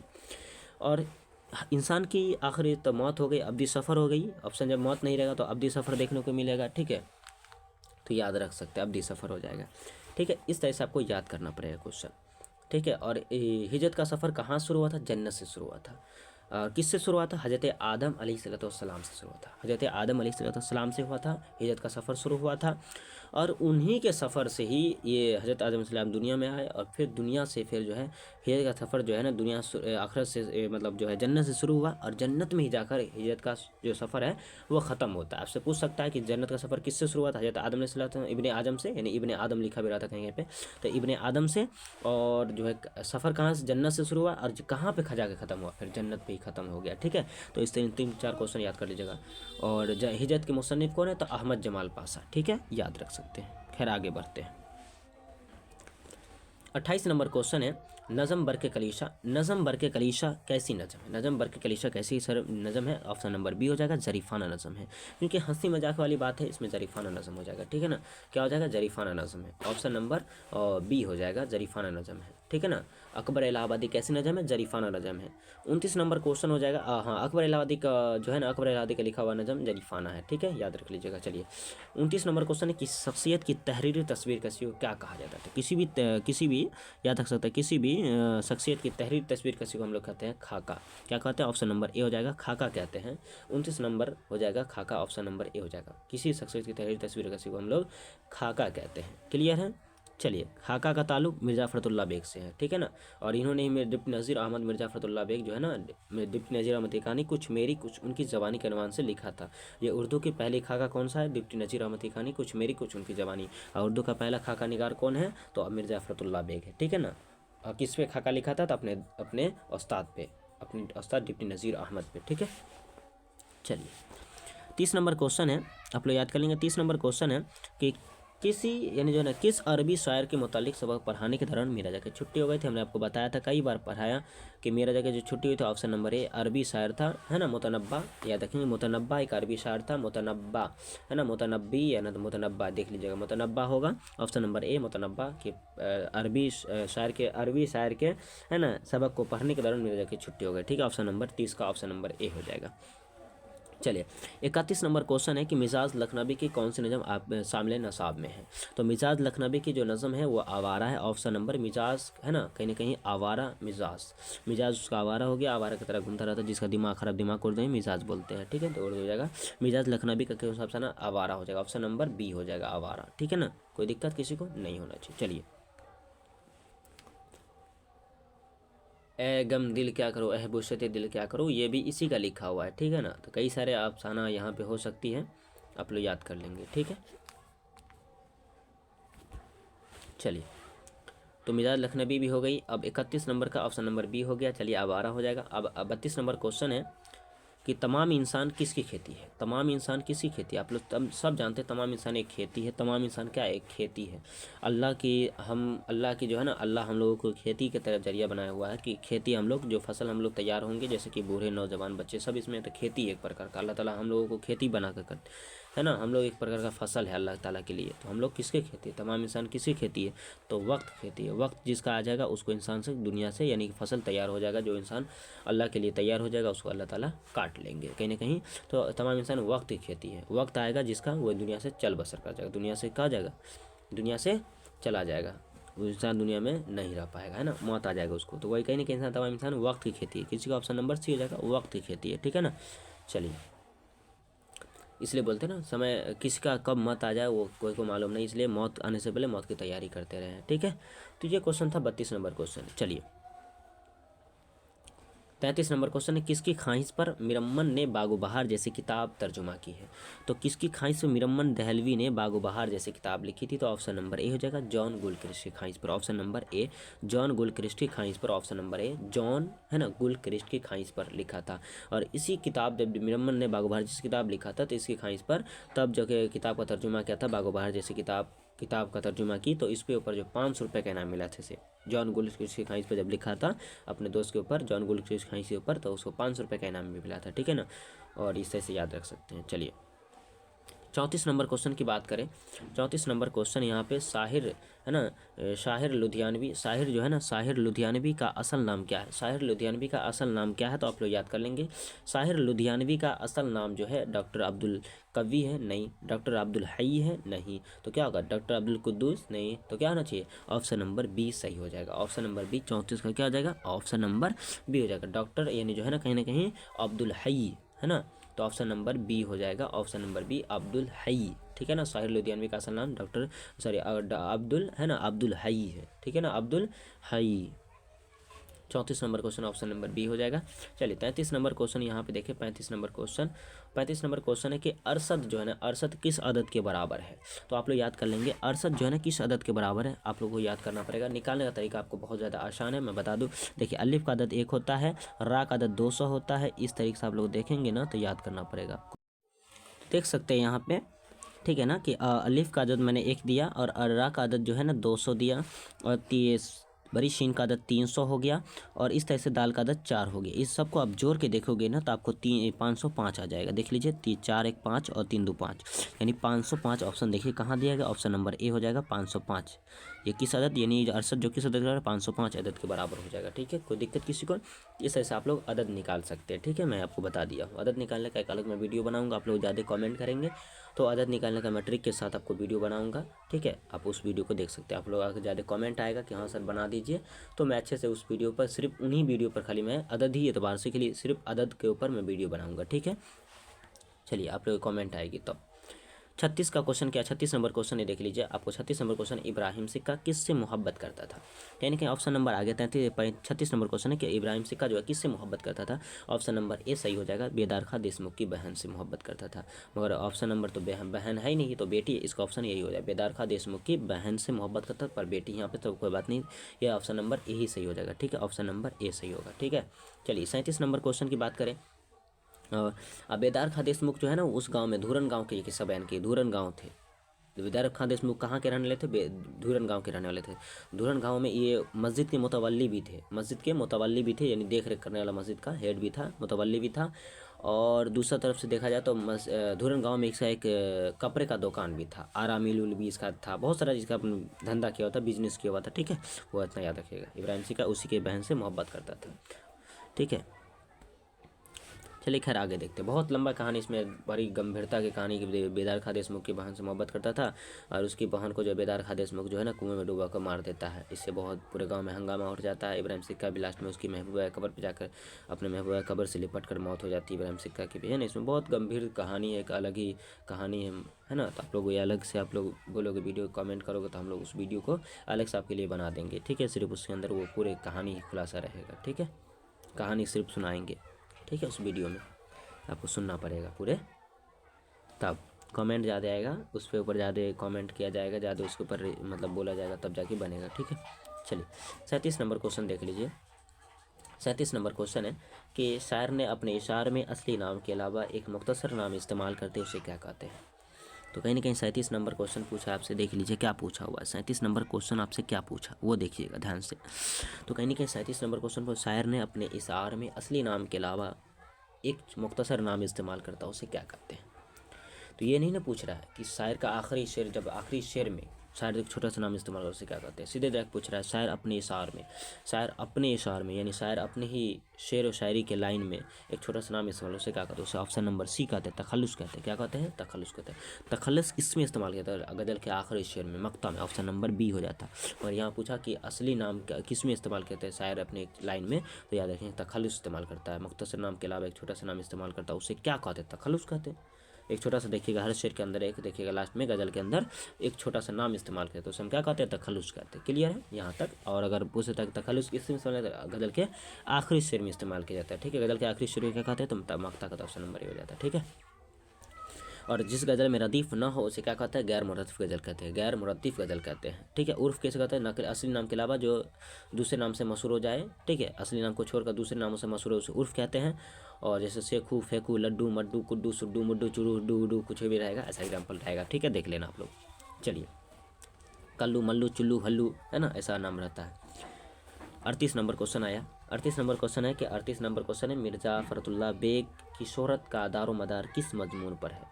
मिर्ज़ा फ़खरुल्लाह बेग का दारोमदार किस मजमून पर था, तो आपको बताए थे पहले ही कि ऑप्शन नंबर ए हो जाएगा, नज़ीर अहमद की कहानी, कुछ मेरी कुछ उनकी ज़बानी। ऑप्शन नंबर ए है ना, नज़ीर अहमद की कहानी से ही था, उसको बहुत ज़्यादा शोहरत मिली थी, इज़्ज़त मिली थी। ठीक है, याद रख लीजिएगा, ये उर्दू की पहली खाका है। तो 39 नंबर क्वेश्चन है कि जिलानी बानो की पैदाइश कब हुई, जिलानी बानो की पैदाइश कब हुई, तो याद रखिएगा। अब यहाँ पे देख लीजिए ऑप्शन क्या है, 14 जुलाई 1934, ये नहीं होगा। 14 जुलाई 1935, ये भी नहीं होगा। 14 जुलाई 1936, ऑप्शन नंबर सी हो जाएगा। 39 का ऑप्शन नंबर क्या हो जाएगा, 39 का ऑप्शन नंबर सी हो जाएगा। आप लोग याद करिएगा, ऑप्शन नंबर सी 1936, कहीं ना कहीं 1936 में जिलानी बानो पैदा हुई, ऑप्शन नंबर सी हो जाएगा। 39 का ऑप्शन नंबर सी हो जाएगा। ठीक है, कोई दिक्कत, जिलानी बानो की पैदाइश 1936 में, 14 जुलाई 1936 को, 14 जुलाई 1936। चलिए 40 नंबर क्वेश्चन है, सैयद सुलेमान नदवी का ताल्लुक किस शोबे से था। सैयद सुलेमान नदवी का जो ताल्लुक था किस सूबे से था, तो सैयद सुलेमान नदवी आपसे पूछ रहा है। देखिए फिर से आगे सैयद सुलेमान नदवी का ताल्लुक किससे, अब यहाँ पे है आपको भाई बताया 3 चीज़ याद रखना पड़ेगा, बिहार, दसना, नालंदा। इसमें देख लीजिए 40 का ऑप्शन क्या होना चाहिए। अब देखिए तो कह दिया हुआ है, तो बिहार है, बिहार हो जाएगा। अगर बिहार नहीं रहता तो नालंदा, नालंदा नहीं तो दसना, कोई ना कोई ऑप्शन तो रहता। तो इसलिए मैंने तीनों आपको बोला याद करने के लिए। जब तक तीन याद कीजिएगा और तब क्वेश्चन फंस जाइएगा आप लोग, ठीक है, इसलिए याद कर लीजिएगा। चलिए ऑप्शन नंबर सी हो जाएगा 40 का। 41 नंबर क्वेश्चन है। 41 नंबर क्वेश्चन क्या देखिए, 41 नंबर क्वेश्चन है तस्वीब का ताल्लुक किस सिन्फ शायरी से है।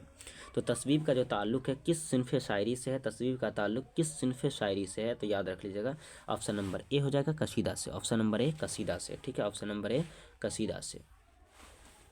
तस्वीब का जो ताल्लुक है किस सिन्फ शायरी, तो कसीदा से। कसीदा कैसी सिन्फ है, तो याद रख लीजिएगा अरबी सिन्फ है, ठीक है ना। कसीदा अरबी सिन्फ है और तस्वीब गज़ल जो है, गज़ल जैसे सिन्फ किससे पैदा होता है, तस्वीब के, है ना। तस्वीब में तस्वीब किसका हिस्सा था, कसीदा का हिस्सा है, ठीक है। इस तरह से क्वेश्चन कर सकता है आपसे, कई बार क्वेश्चन किया गया है। 42 नंबर क्वेश्चन है सफ़ी जावेद के एक अफसानवी मजमूए का नाम क्या है, बताएंगे आप लोग। सफ़ी जावेद के एक अफसानी मजमूए का नाम क्या है, आप लोग बताएंगे। ऑप्शन नंबर ए रात शहर और मैं, आर्ट ऑफ तंबाकू, जुस्तजू, है ना, और अफक। ऑप्शन नंबर क्या होना चाहिए 42 का, ऑप्शन नंबर आपको बताएंगे सही आंसर क्या होना चाहिए। आप जल्दी बताएंगे 42 का ऑप्शन नंबर क्या होगा, जल्दी बताएंगे 42 का। तो ऑप्शन नंबर ए ही सही होना चाहिए, रात और, है ना, रात शहर और मैं, रात और शहर और मैं। ऑप्शन नंबर ए करेक्ट हो जाएगा, ऑप्शन नंबर ए रात और शहर में। सफ़ी जावेद का ये एक अफसानी मजमूआ का नाम हो जाएगा, एक अफसानी मजमूआ का, यानी अफसानी मजमूआ का नाम क्या है, आर्ट ऑफ तंबाकू नहीं है, ठीक है, ये टूबा सिंह का था, टूबा सिंह में सादत मिंटू ये पर उसमें था। तो रात शहर और मैं, ठीक है, रात शहर और मैं, ये हो जाएगा 42 का ऑप्शन नंबर ए हो जाएगा। चलिए 43 नंबर क्वेश्चन आपसे किया गया है कि बताइए मिर्ज़ा गालिब कहाँ पैदा हुए थे। मिर्ज़ा गालिब जो है कहाँ पैदा हुआ, ऑप्शन नंबर हो जाएगा मिर्ज़ा गालिब कहाँ पैदा हुए, तो ऑप्शन नंबर ए हो जाएगा आगरा में पैदा हुए। आगरा में पैदा हुए, दिल्ली में मर गए, ठीक है। तो आगरा में मिर्ज़ा गालिब का पैदा 1800 याद है 1797, 27 दिसंबर 1797 में पैदा हुए, ठीक है, याद रख सकते हैं आप लोग। गालिब की मौत 15 फरवरी 1869 को दिल्ली में हुआ था, ठीक है, इस तरह से याद रखिएगा। चलिए आगे बढ़ते हैं।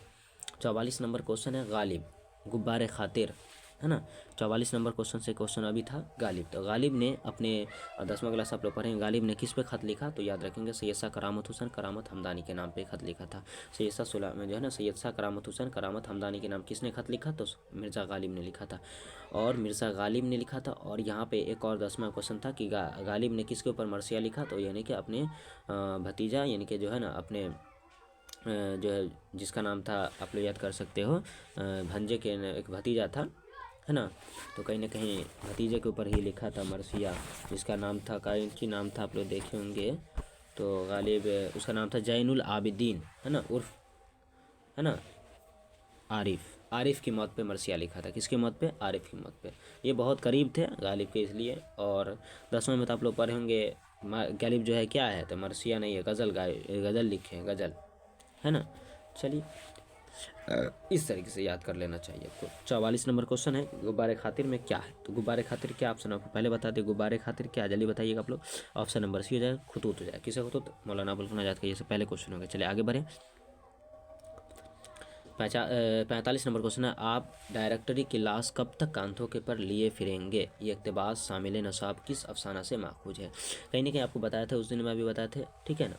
तो किससे हो जाएगा, ऑप्शन नंबर कहीं ना कहीं हो जाएगा भूले बसरे गीत। ऑप्शन नंबर भूले बसरे गीत में ही अजीज़ अहमद को इसकी बीवी की बात याद आ जाती है कि आप डायरेक्टरी की लाश को कब तक कंधे पर लिए फिरोगे। तो ऑप्शन नंबर ये जो हो जाएगा भूले बसरे गीत में बीवी कहती है अजीज़ अहमद को, ठीक है, ऑप्शन नंबर बी हो जाएगा। चलिए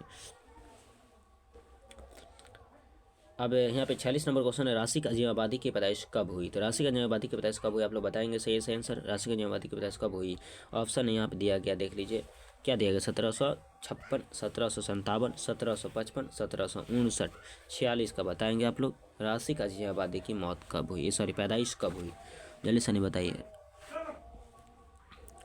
46 1757, ऑप्शन नंबर बी हो जाएगा 1757, ऑप्शन नंबर बी 1757 हो जाएगा, ठीक है। राशिक अजीम आबादी की पैदाइश 1757 में हुआ था। 47 नंबर क्वेश्चन है वज़ीर आगा का ताल्लुक किस सिन्फ से है। तो वज़ीर आगा का जो ताल्लुक है किस सिन्फ से, आप लोग याद कर लीजिएगा, वज़ीर आगा का ताल्लुक किस सिन्फ शायरी से था। तो कहीं ना कहीं वज़ीर आगा का जो ताल्लुक था वो ऑप्शन नंबर ए हो जाएगा कशीदा से नहीं था, बल्कि इंसाइया से था। किससे था, इंसाइया से था। वज़ीर आगा का ताल्लुक किस सिन्फ से था, इंसाइया से। ऑप्शन नंबर ए हो जाएगा। चलिए 48 नंबर क्वेश्चन आप लोग देखिए। 48 नंबर क्वेश्चन यहाँ पे क्या है,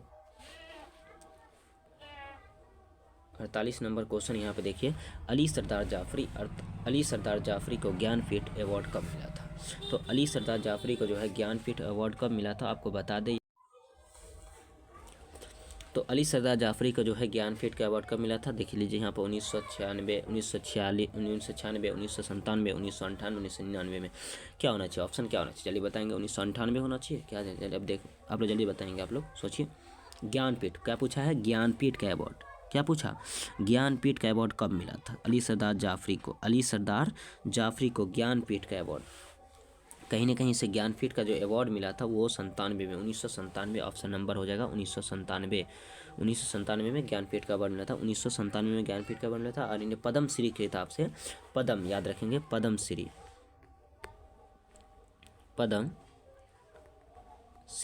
पद्म श्री अवार्ड जो है इसको कब मिला था, पद्म श्री 1967 में मिला था। कब मिला था, 1900 याद रखेंगे, 1967 में पद्म श्री खिताब से नवाजा गया। और 1997 में, 1997 में क्या मिला था, ज्ञानपीठ का अवार्ड मिला था, ज्ञानपीठ का अवार्ड मिला, ठीक है ना।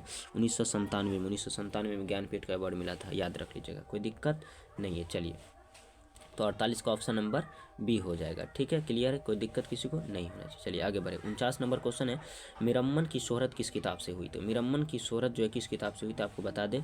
मिरम्मन की शोहरत जो है ना किस किताब से हुई थी आपको बता दें। मिरम्मन की शोहरत, मिरम्मन दहलवी की शोहरत जो किस किताब से, तो ऑप्शन नंबर हो जाएगा ए, बागो बहार से। ऑप्शन नंबर ए होना चाहिए, बागो बहार से, ठीक है। 49 का आप लोग देख सकते हो, ऑप्शन नंबर ए होना चाहिए, ठीक है।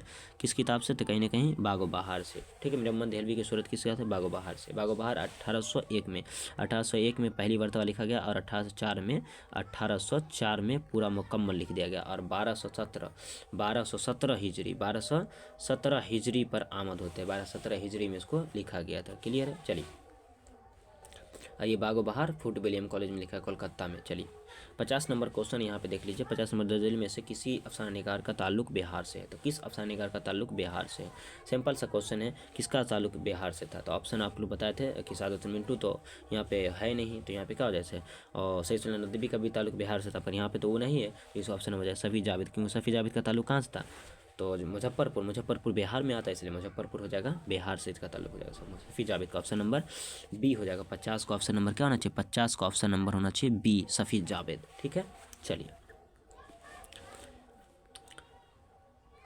अब आइए 51 नंबर क्वेश्चन है। 51 नंबर क्या क्वेश्चन है देख सकते हैं आप लोग। 51 नंबर क्वेश्चन है कि सैयद सुलेमान नदवी, अच्छा शिबली नुमानी की सीरत है, शिबली नुमानी की सीरत जो है ना, सीरत की किताब है ना, सीरत की किताब है ना, सीरत की किताब सीरतुन नबी को किसने मुकम्मल किया था? सीरत की किताब सीरतुन नबी किसने मुकम्मल किया था? तो ऑप्शन हो जाएगा C, option number C, Syed Sulaiman Nadvi ने इस किताब को मुकम्मल किया था। किस किताब से? शिबली नुमानी के, अपने उस्ताद की आखिरी खान से इसी पूरा किया था। ये किताब सीरतुन नबी भी लिखा था, ठीक है ना, सीरतुन नबी, ठीक है।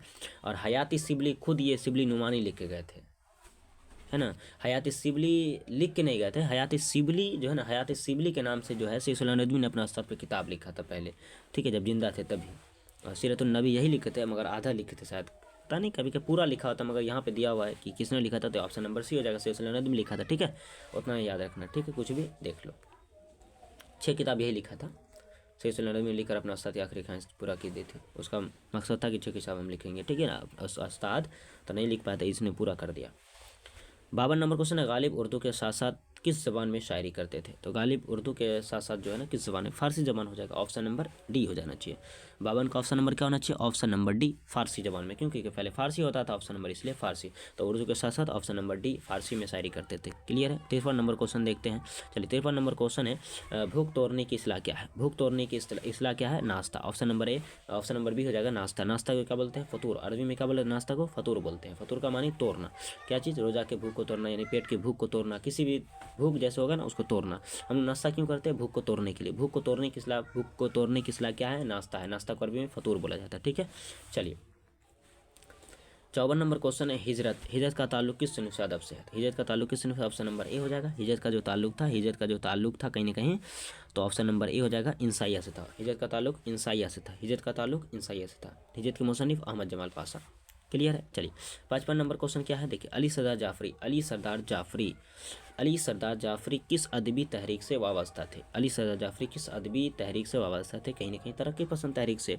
अलीगढ़ तहरीक से तो इनका ताल्लुक था नहीं, क्योंकि अलीगढ़ से ऐसा सीधा अहमद खां का था। तो ऑप्शन नंबर डी हो जाना चाहिए, तरक्की पसंद तहरीक अदबी तहरीक, तरक्की पसंद अदबी तहरीक, तरक्की पसंद तरक्की पसंद तहरीक से, तरक्की पसंद तहरीक से। ऑप्शन नंबर डी हो जाएगा। अली सरदार जाफरी का ताल्लुक किस तहरीक से था? अदबी तहरीक। किस अदबी तहरीक से था? तो तरक्की पसंद तहरीक से था। Option number D. 55 का ऑप्शन नंबर क्या हो जाना चाहिए? ऑप्शन नंबर डी होना चाहिए। चलिए 56 नंबर क्वेश्चन क्या है? 56 नंबर क्वेश्चन है रज्जब अली बेग सरवर। रज्जब अली बेग सरवर की कौन सी किताब मंसूब है? कौन सी किताब मंसूब है? अभी बताए थे फसाना अजायब। ऑप्शन नंबर सी हो जाएगा, फसाना अजायब हो जाएगा। 56 का ऑप्शन नंबर सी, फसाना अजायब हो जाएगा। क्लियर? रज्जब बेग इसका 1825 में लिखा गया था और कानपुर में लिखा गया था। ठीक है, चलिए यमन के बादशाह के बारे में लिखा गया इसमें। 57 नंबर क्वेश्चन है मिरमन किस कॉलेज से वाबस्ता थी? मिरमन देहलवी किस कॉलेज से वाबस्ता थे? कहीं ना कहीं आपको ऑप्शन बताए हैं। Fort William College. Option number A हो जाएगा, Fort William College. Fort William College कहाँ है? कोलकाता में है। इसमें ही बागो बहार जैसी किताब लिखी गई थी। मिरमन देहलवी ने पहली बार जो बागो बहार किताब लिखा गया था फूट विलियम कॉलेज के अंदर से लिखे थे। ठीक है ना, और इसी जगह से इसको शोहरत मिली थी। इस कॉलेज से वाबस्ता थे फूट विलियम कॉलेज से। ठीक है, ऑप्शन नंबर 57 का ऑप्शन नंबर ए हो जाएगा। 58 नंबर क्वेश्चन है कली फेरना। 58 नंबर क्वेश्चन है कली फेरना। फेरना का मतलब होता है किसी को झाँपना, यानी ओढ़ाना, है ना। फेरना कहीं ना कहीं जैसे दाग धब्बे प्लास्टर क्यों करते हैं? तो कहीं ना कहीं दीवार पे कली फेर रहे हैं, तो फेरना मतलब वही है। पेंट क्यों करते हैं? फेरते हैं, उसके दाग धब्बे को मिटाते हैं, तब ना सुंदर लगेगा घर। तो इसलिए कली फेरना का मतलब क्या है? तो किसी के ऐप को छुपाना। ऑप्शन नंबर हो जाएगा ऐप। ऑप्शन नंबर ए हो जाएगा, किसी के ऐप को छुपाना। ऐप को छुपाना कली फेरना, कली खोलना, ऐप को जाहिर करना। ठीक है, चलिए 59 नंबर क्वेश्चन देखिए। मिर्जा नौशा के नाम से किसे जाना जाता है? मिर्जा नौशा के नाम से किसे जाना जाता है? ऑप्शन नंबर सी हो जाएगा, गालिब को। मिर्जा नौशा के नाम से गालिब को जाना जाता है। ठीक है, मिर्जा नौशा के नाम से गालिब को जाना जाता है। चलिए गालिब शकन वही यगना चंगे जो कहते हैं। 60 नंबर क्वेश्चन, सैयद सुलेमान नदवी कब पैदा हुए? सैयद सुलेमान नदवी जो है कब पैदा हुए? कहीं ना कहीं सैयद सुलेमान नदवी कब पैदा हुए, तो आप लोग याद कर लीजिएगा और बताइए सैयद सुलेमान नदवी कब पैदा हुए। यहाँ पर ऑप्शन दिया गया है, सैयद सुलेमान नदवी कब पैदा हुए? तो 22 नवंबर 1886, 22 नवंबर 1883, 22 नवंबर 1884, 22 नवंबर 1885। ऑप्शन नंबर सी हो जाएगा 22 नवंबर 1884। 22 नवंबर 1884, 22 नवंबर 1884 में पैदा हुए थे। 22 नवंबर 1884। ठीक है ना, 22 नवंबर 1884। ऑप्शन नंबर सी। 60 का ऑप्शन नंबर 60 का क्या हो जाएगा? ऑप्शन नंबर सी हो जाएगा, 22 नवंबर 1884 में पैदा हुए थे सैयद सुलेमान नदवी। ठीक है, 10 नामे नालंदा, बिहार, जो भी बोल सकते, तीनों ऑप्शन सही है। ठीक है, 61 नंबर क्वेश्चन है कि जोश मली आबादी का असल नाम क्या है? जोश मली आबादी यानी जोश का असल नाम क्या है? तो बशीर हुसैन, शब्बीर हुसैन खान, जमशेर हुसैन खान में से कोई नहीं। ऑप्शन नंबर बी जो है ना, Shabbir Hussain Khan. Option number B होना चाहिए। बताइए तो जोश का क्या असल नाम होना चाहिए? 61 नंबर क्वेश्चन है, जोश का असल नाम क्या? शब्बीर हुसैन खान, है ना। जोश मली मीर बब्बर अली अनीस, मीर बब्बर अली अनीस। अनीस का पूरा नाम मीर बब्बर अली अनीस, मगर यहाँ पे जोश का पूरा नाम तो शब्बीर हुसैन खां। क्या हो जाएगा? शब्बीर हुसैन खां। 61 का शब्बीर हुसैन खां। ऑप्शन नंबर बी हो जाएगा शब्बीर हुसैन खां। ठीक है, चलिए 62 नंबर क्वेश्चन देख लीजिए। यहाँ पे 62 नंबर क्वेश्चन है कि इनमें से बताइए, इनमें से कमतर, है ना, इनमें से कमतर किसको समझा जाता है? कहीं ना कहीं ऑप्शन पूछ रहा है आपसे, क्वेश्चन पूछ रहा है कि बताइए 62 नंबर क्वेश्चन है, इनमें सबसे कमतर किसको समझा जाता है? आग, हवा, पानी और खाक में। तो सबसे ऑप्शन नंबर डी हो जाएगा, खाक को समझा जाता है। ऑप्शन नंबर डी, खाक को। सबसे कमतर किसको समझा जाता था? खाक को, मिट्टी को, यानी खाक मतलब मिट्टी होता है। ठीक है, या गिल मतलब मिट्टी होता है। ठीक है, दोनों होता है। चलिए ऑप्शन नंबर डी हो जाएगा। 63 नंबर क्वेश्चन है, मुतशायर किस तरह की नज़म है? मुतशायर जो है ना, मुतशायर किस तरह का नज़म है? ऑप्शन नंबर सी हो जाएगा, जरीफाना, क्योंकि इसमें भी हंसी मजाक आ रहा है ना, हंसी मजाक हो रहा है, क्योंकि शायर तो कहने आता नहीं, या जाकर कहेगा तो क्या हंसी लगेगा कि नहीं लगेगा, कुछ मतलब, तो वही है। मुतशायर किस तरह का नज़म है? तो जरीफाना नज़म है। ठीक है, ऑप्शन नंबर सी हो जाएगा। क्लियर है, 63 का ऑप्शन नंबर सी। आगे बढ़ते हैं। 64 नंबर क्वेश्चन है, 64 नंबर क्वेश्चन, टूबा टेक सिंह का असल नाम क्या है? टूबा टेक सिंह का असल नाम क्या आपको बताया था? टूबा टेक सिंह का जो असल नाम क्या है? टूबा टेक सिंह का असल नाम बसंत सिंह। ऑप्शन नंबर बी, बसंत सिंह। ऑप्शन नंबर बी हो जाएगा बसंत सिंह। टूबा टेक सिंह का असल नाम क्या? बसंत सिंह था। ठीक है ना, इसमें पागलों की बात की गई थी टूबा टेक सिंह के अंदर। टूबा टेक सिंह एक गाँव का नाम था। ठीक है ना, एक गाँव का भी नाम था टूबा टेक सिंह, और टूबा टेक सिंह का असल नाम था बसंत सिंह। ठीक है ना, चलिए अखबार भी सब पढ़ता था। 65 नंबर क्वेश्चन है, खेती कैसी नज़म है? खेती कैसी नज़म है, और पूछ रहा है खेती की जो है ना, खेती नज़म की, है ना, हियत क्या है? खेती नज़म की हियत क्या है? तो खेती नज़म कैसी नज़म है, तो आप बता दीजिएगा आज़ाद नज़म है।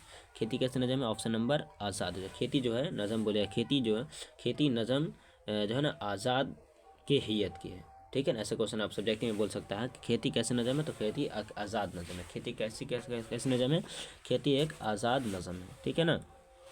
तो खेती नज़म की हैयत आज़ाद है, ठीक है ना, आज़ाद है, याद रख लीजिएगा। चलिए 66 नंबर क्वेश्चन है सिपारा दिल, ठीक है ना, सिपारा दिल। तो कहीं ना कहीं सिपारा दिल सिपारा दिल के मुसन्निफ कौन है, तो सिपारा दिल के मुसन्निफ जो हो जाएगा, हम बताया था आपको सिपारा दिल, तो ऑप्शन नंबर सी हो जाएगा Khwaja Hasan Nizami. Option number C is the correct option. 66 का सिपारा दिल किसका है, ख्वाजा हसन निजामी हो जाएगा, ठीक है। चलिए 67 नंबर क्वेश्चन है रॉक फेलर कौन था, रॉक है ना, तो रॉक फेलर कौन था, तो अमेरिका का ताजिर था, अमेरिका का सौदागर था, ठीक है ना, जो कि मतलब बिजनेस करने वाला था, ठीक है। अमेरिका का ऑप्शन नंबर ए, अमेरिका का एक ताजिर हो जाएगा, ठीक है। अमेरिका का ऑप्शन मतलब हो जाएगा ऑप्शन अमेरिका की अमरीकी ताजिर था। रॉक फेलर कौन था, अमरीकी ताजिर। ये दौलतमंद कैसे बन गया था, मिट्टी के तेल से, ठीक है। बहुत हाई क्वेश्चन सब है। 68 नंबर क्वेश्चन है राशि का जिम्मेवादी का पूरा नाम, राशि का जिम्मेवादी का पूरा नाम क्या है, राशि का जिम्मेवादी का पूरा नाम जो है, राशि का जिम्मेवादी का पूरा नाम क्या होना चाहिए, तो आप लोग बता दीजिएगा। राशि का जिम्मेवादी का जो है ना, राशिक कहीं ना कहीं ऑप्शन नंबर 28 जो है ना 68 का क्या होना चाहिए, ऑप्शन नंबर ए है ना शेख गुलाम मोहम्मद, शेख वली मोहम्मद, शेख मोहम्मद। तो क्या होना चाहिए 68 का राशि का जिम्मेवादी का पूरा नाम क्या होना चाहिए, तो शेख गुलाम मोहम्मद होना चाहिए, है ना। 68 का कहीं ना कहीं बी होना चाहिए, शेख गुलाम अली नहीं, शेख गुलाम मोहम्मद। तो देख लीजिए 68 का क्या होना चाहिए, जल्दी बताएंगे 68। तो ऑप्शन नंबर कहीं ना कहीं ऑप्शन नंबर शेख है ना गुलाम अली होगा, ठीक है। ऑप्शन नंबर ए हो जाएगा शेख गुलाम अली, ठीक है ना। तो कहीं ना कहीं आप लोग देख के मारिएगा, क्योंकि राशि का जवाबादी ऑप्शन जो रहेगा वही ना मारिएगा। और कितने बच्चे लोग कभी कभी कंफ्यूज हो जाते, तो आप लोग कंफ्यूज नहीं हो गए। राशि का जो पूरा नाम था जो आपको बता दे, सही नाम आपको किताब से देख के बता देता हूँ। तो यहाँ पे दिया गया है शेख गुलाम अली, ऑप्शन नंबर हो जाएगा ए। देखिए शेख गुलाम अली किसमें, ऑप्शन नंबर ए, बिल्कुल सही हो जाएगा, ऑप्शन नंबर ए हो जाएगा शेख गुलाम अली। और तखल्लुस जो इसका था राशिक था, ठीक है। क्लियर है, राशिक का पूरा नाम शेख गुलाम अली, ठीक है। ऑप्शन नंबर ए हो जाएगा, ऑप्शन नंबर ए हो जाएगा, ठीक है। चलिए और 69 नंबर क्वेश्चन है गुब्बारे यानी खतूत गालिब के मजमूए का नाम क्या है ना। तो कहीं ना कहीं 69 नंबर क्वेश्चन चलिए देख लेते हैं। तो 69 का नंबर है, 69 नंबर क्वेश्चन है खतूत गालिब के मजमूए का नाम क्या है, तो ऑप्शन नंबर आप देख लीजिए गुब्बारे खातिर का जो है ना, गुब्बारे खातिर नहीं होगा, मकातिब सर सैयद नहीं होगा, मकातिब मेहदी नहीं होगा, ऑप्शन नंबर सी हो जाएगा उर्दू मुअल्ला किसी खतूत गालिब का, ऑप्शन नंबर सी हो जाएगा गालिब का, ऑप्शन नंबर, ठीक है, ऑप्शन नंबर सी हो जाएगा, ठीक, ऑप्शन नंबर सी हो जाएगा गालिब, खतूत गालिब 69 का ऑप्शन नंबर सी। चलिए 70 नंबर क्वेश्चन है गालिब की वफ़ात कब हुई, 70 नंबर क्वेश्चन गालिब की वफ़ात कब हुई, 1869 ऑप्शन नंबर बी हो जाएगा, ऑप्शन नंबर बी हो जाएगा 1869 में गालिब का इंतकाल हुआ, ठीक है ना। चलिए 71 नंबर क्वेश्चन देखा जाए, 71 नंबर क्वेश्चन देख लीजिए आप लोग। जोशमली आबादी का कौन सा नज़म आपके नसाब में शामिल है, जोशमली आबादी का कौन सा नज़म आपके नसाब में शामिल है, तो कहीं ना कहीं देख लीजिए जोशमली आबादी का कौन सा। तो आपको बताए थे ना शिकस्त से जिंदा, ऑप्शन नंबर ए हो जाएगा शिकस्त से जिंदा ख्वाब, ठीक है, ऑप्शन नंबर ए हो जाएगा शिकस्त से जिंदा ख्वाब जोशमली आबादी ने लिखा था, ठीक है, ऑप्शन नंबर ए हो जाएगा, कहीं ना कहीं ऑप्शन नंबर ए हो जाएगा, ठीक है। शिकस्त से जिंदा ख्वाब जोशमली आबादी का लिखा हुआ नज़म है। चलिए 72 नंबर क्वेश्चन थोड़ा देख लेते हैं। 72 नंबर क्वेश्चन है, 72 नंबर क्वेश्चन है बागो बहार कहाँ लिखी गई थी, तो बागो बहार कहाँ लिखी गई थी आपको बता दें, बागो बहार जो है फूट विलियम कॉलेज में लिखी गई थी, बागो बहार फूट विलियम कॉलेज में लिखी गई थी। बागो बहार कहाँ लिखी गई, तो ऑप्शन नंबर ए हो जाएगा फूट विलियम कॉलेज में लिखी गई थी, ऑप्शन नंबर ए बागो बहार फूट विलियम कॉलेज में लिखी गई है, ठीक है ना। बागो बहार कहाँ लिखी गई, तो फूट विलियम कॉलेज में। चलिए 73 नंबर क्वेश्चन,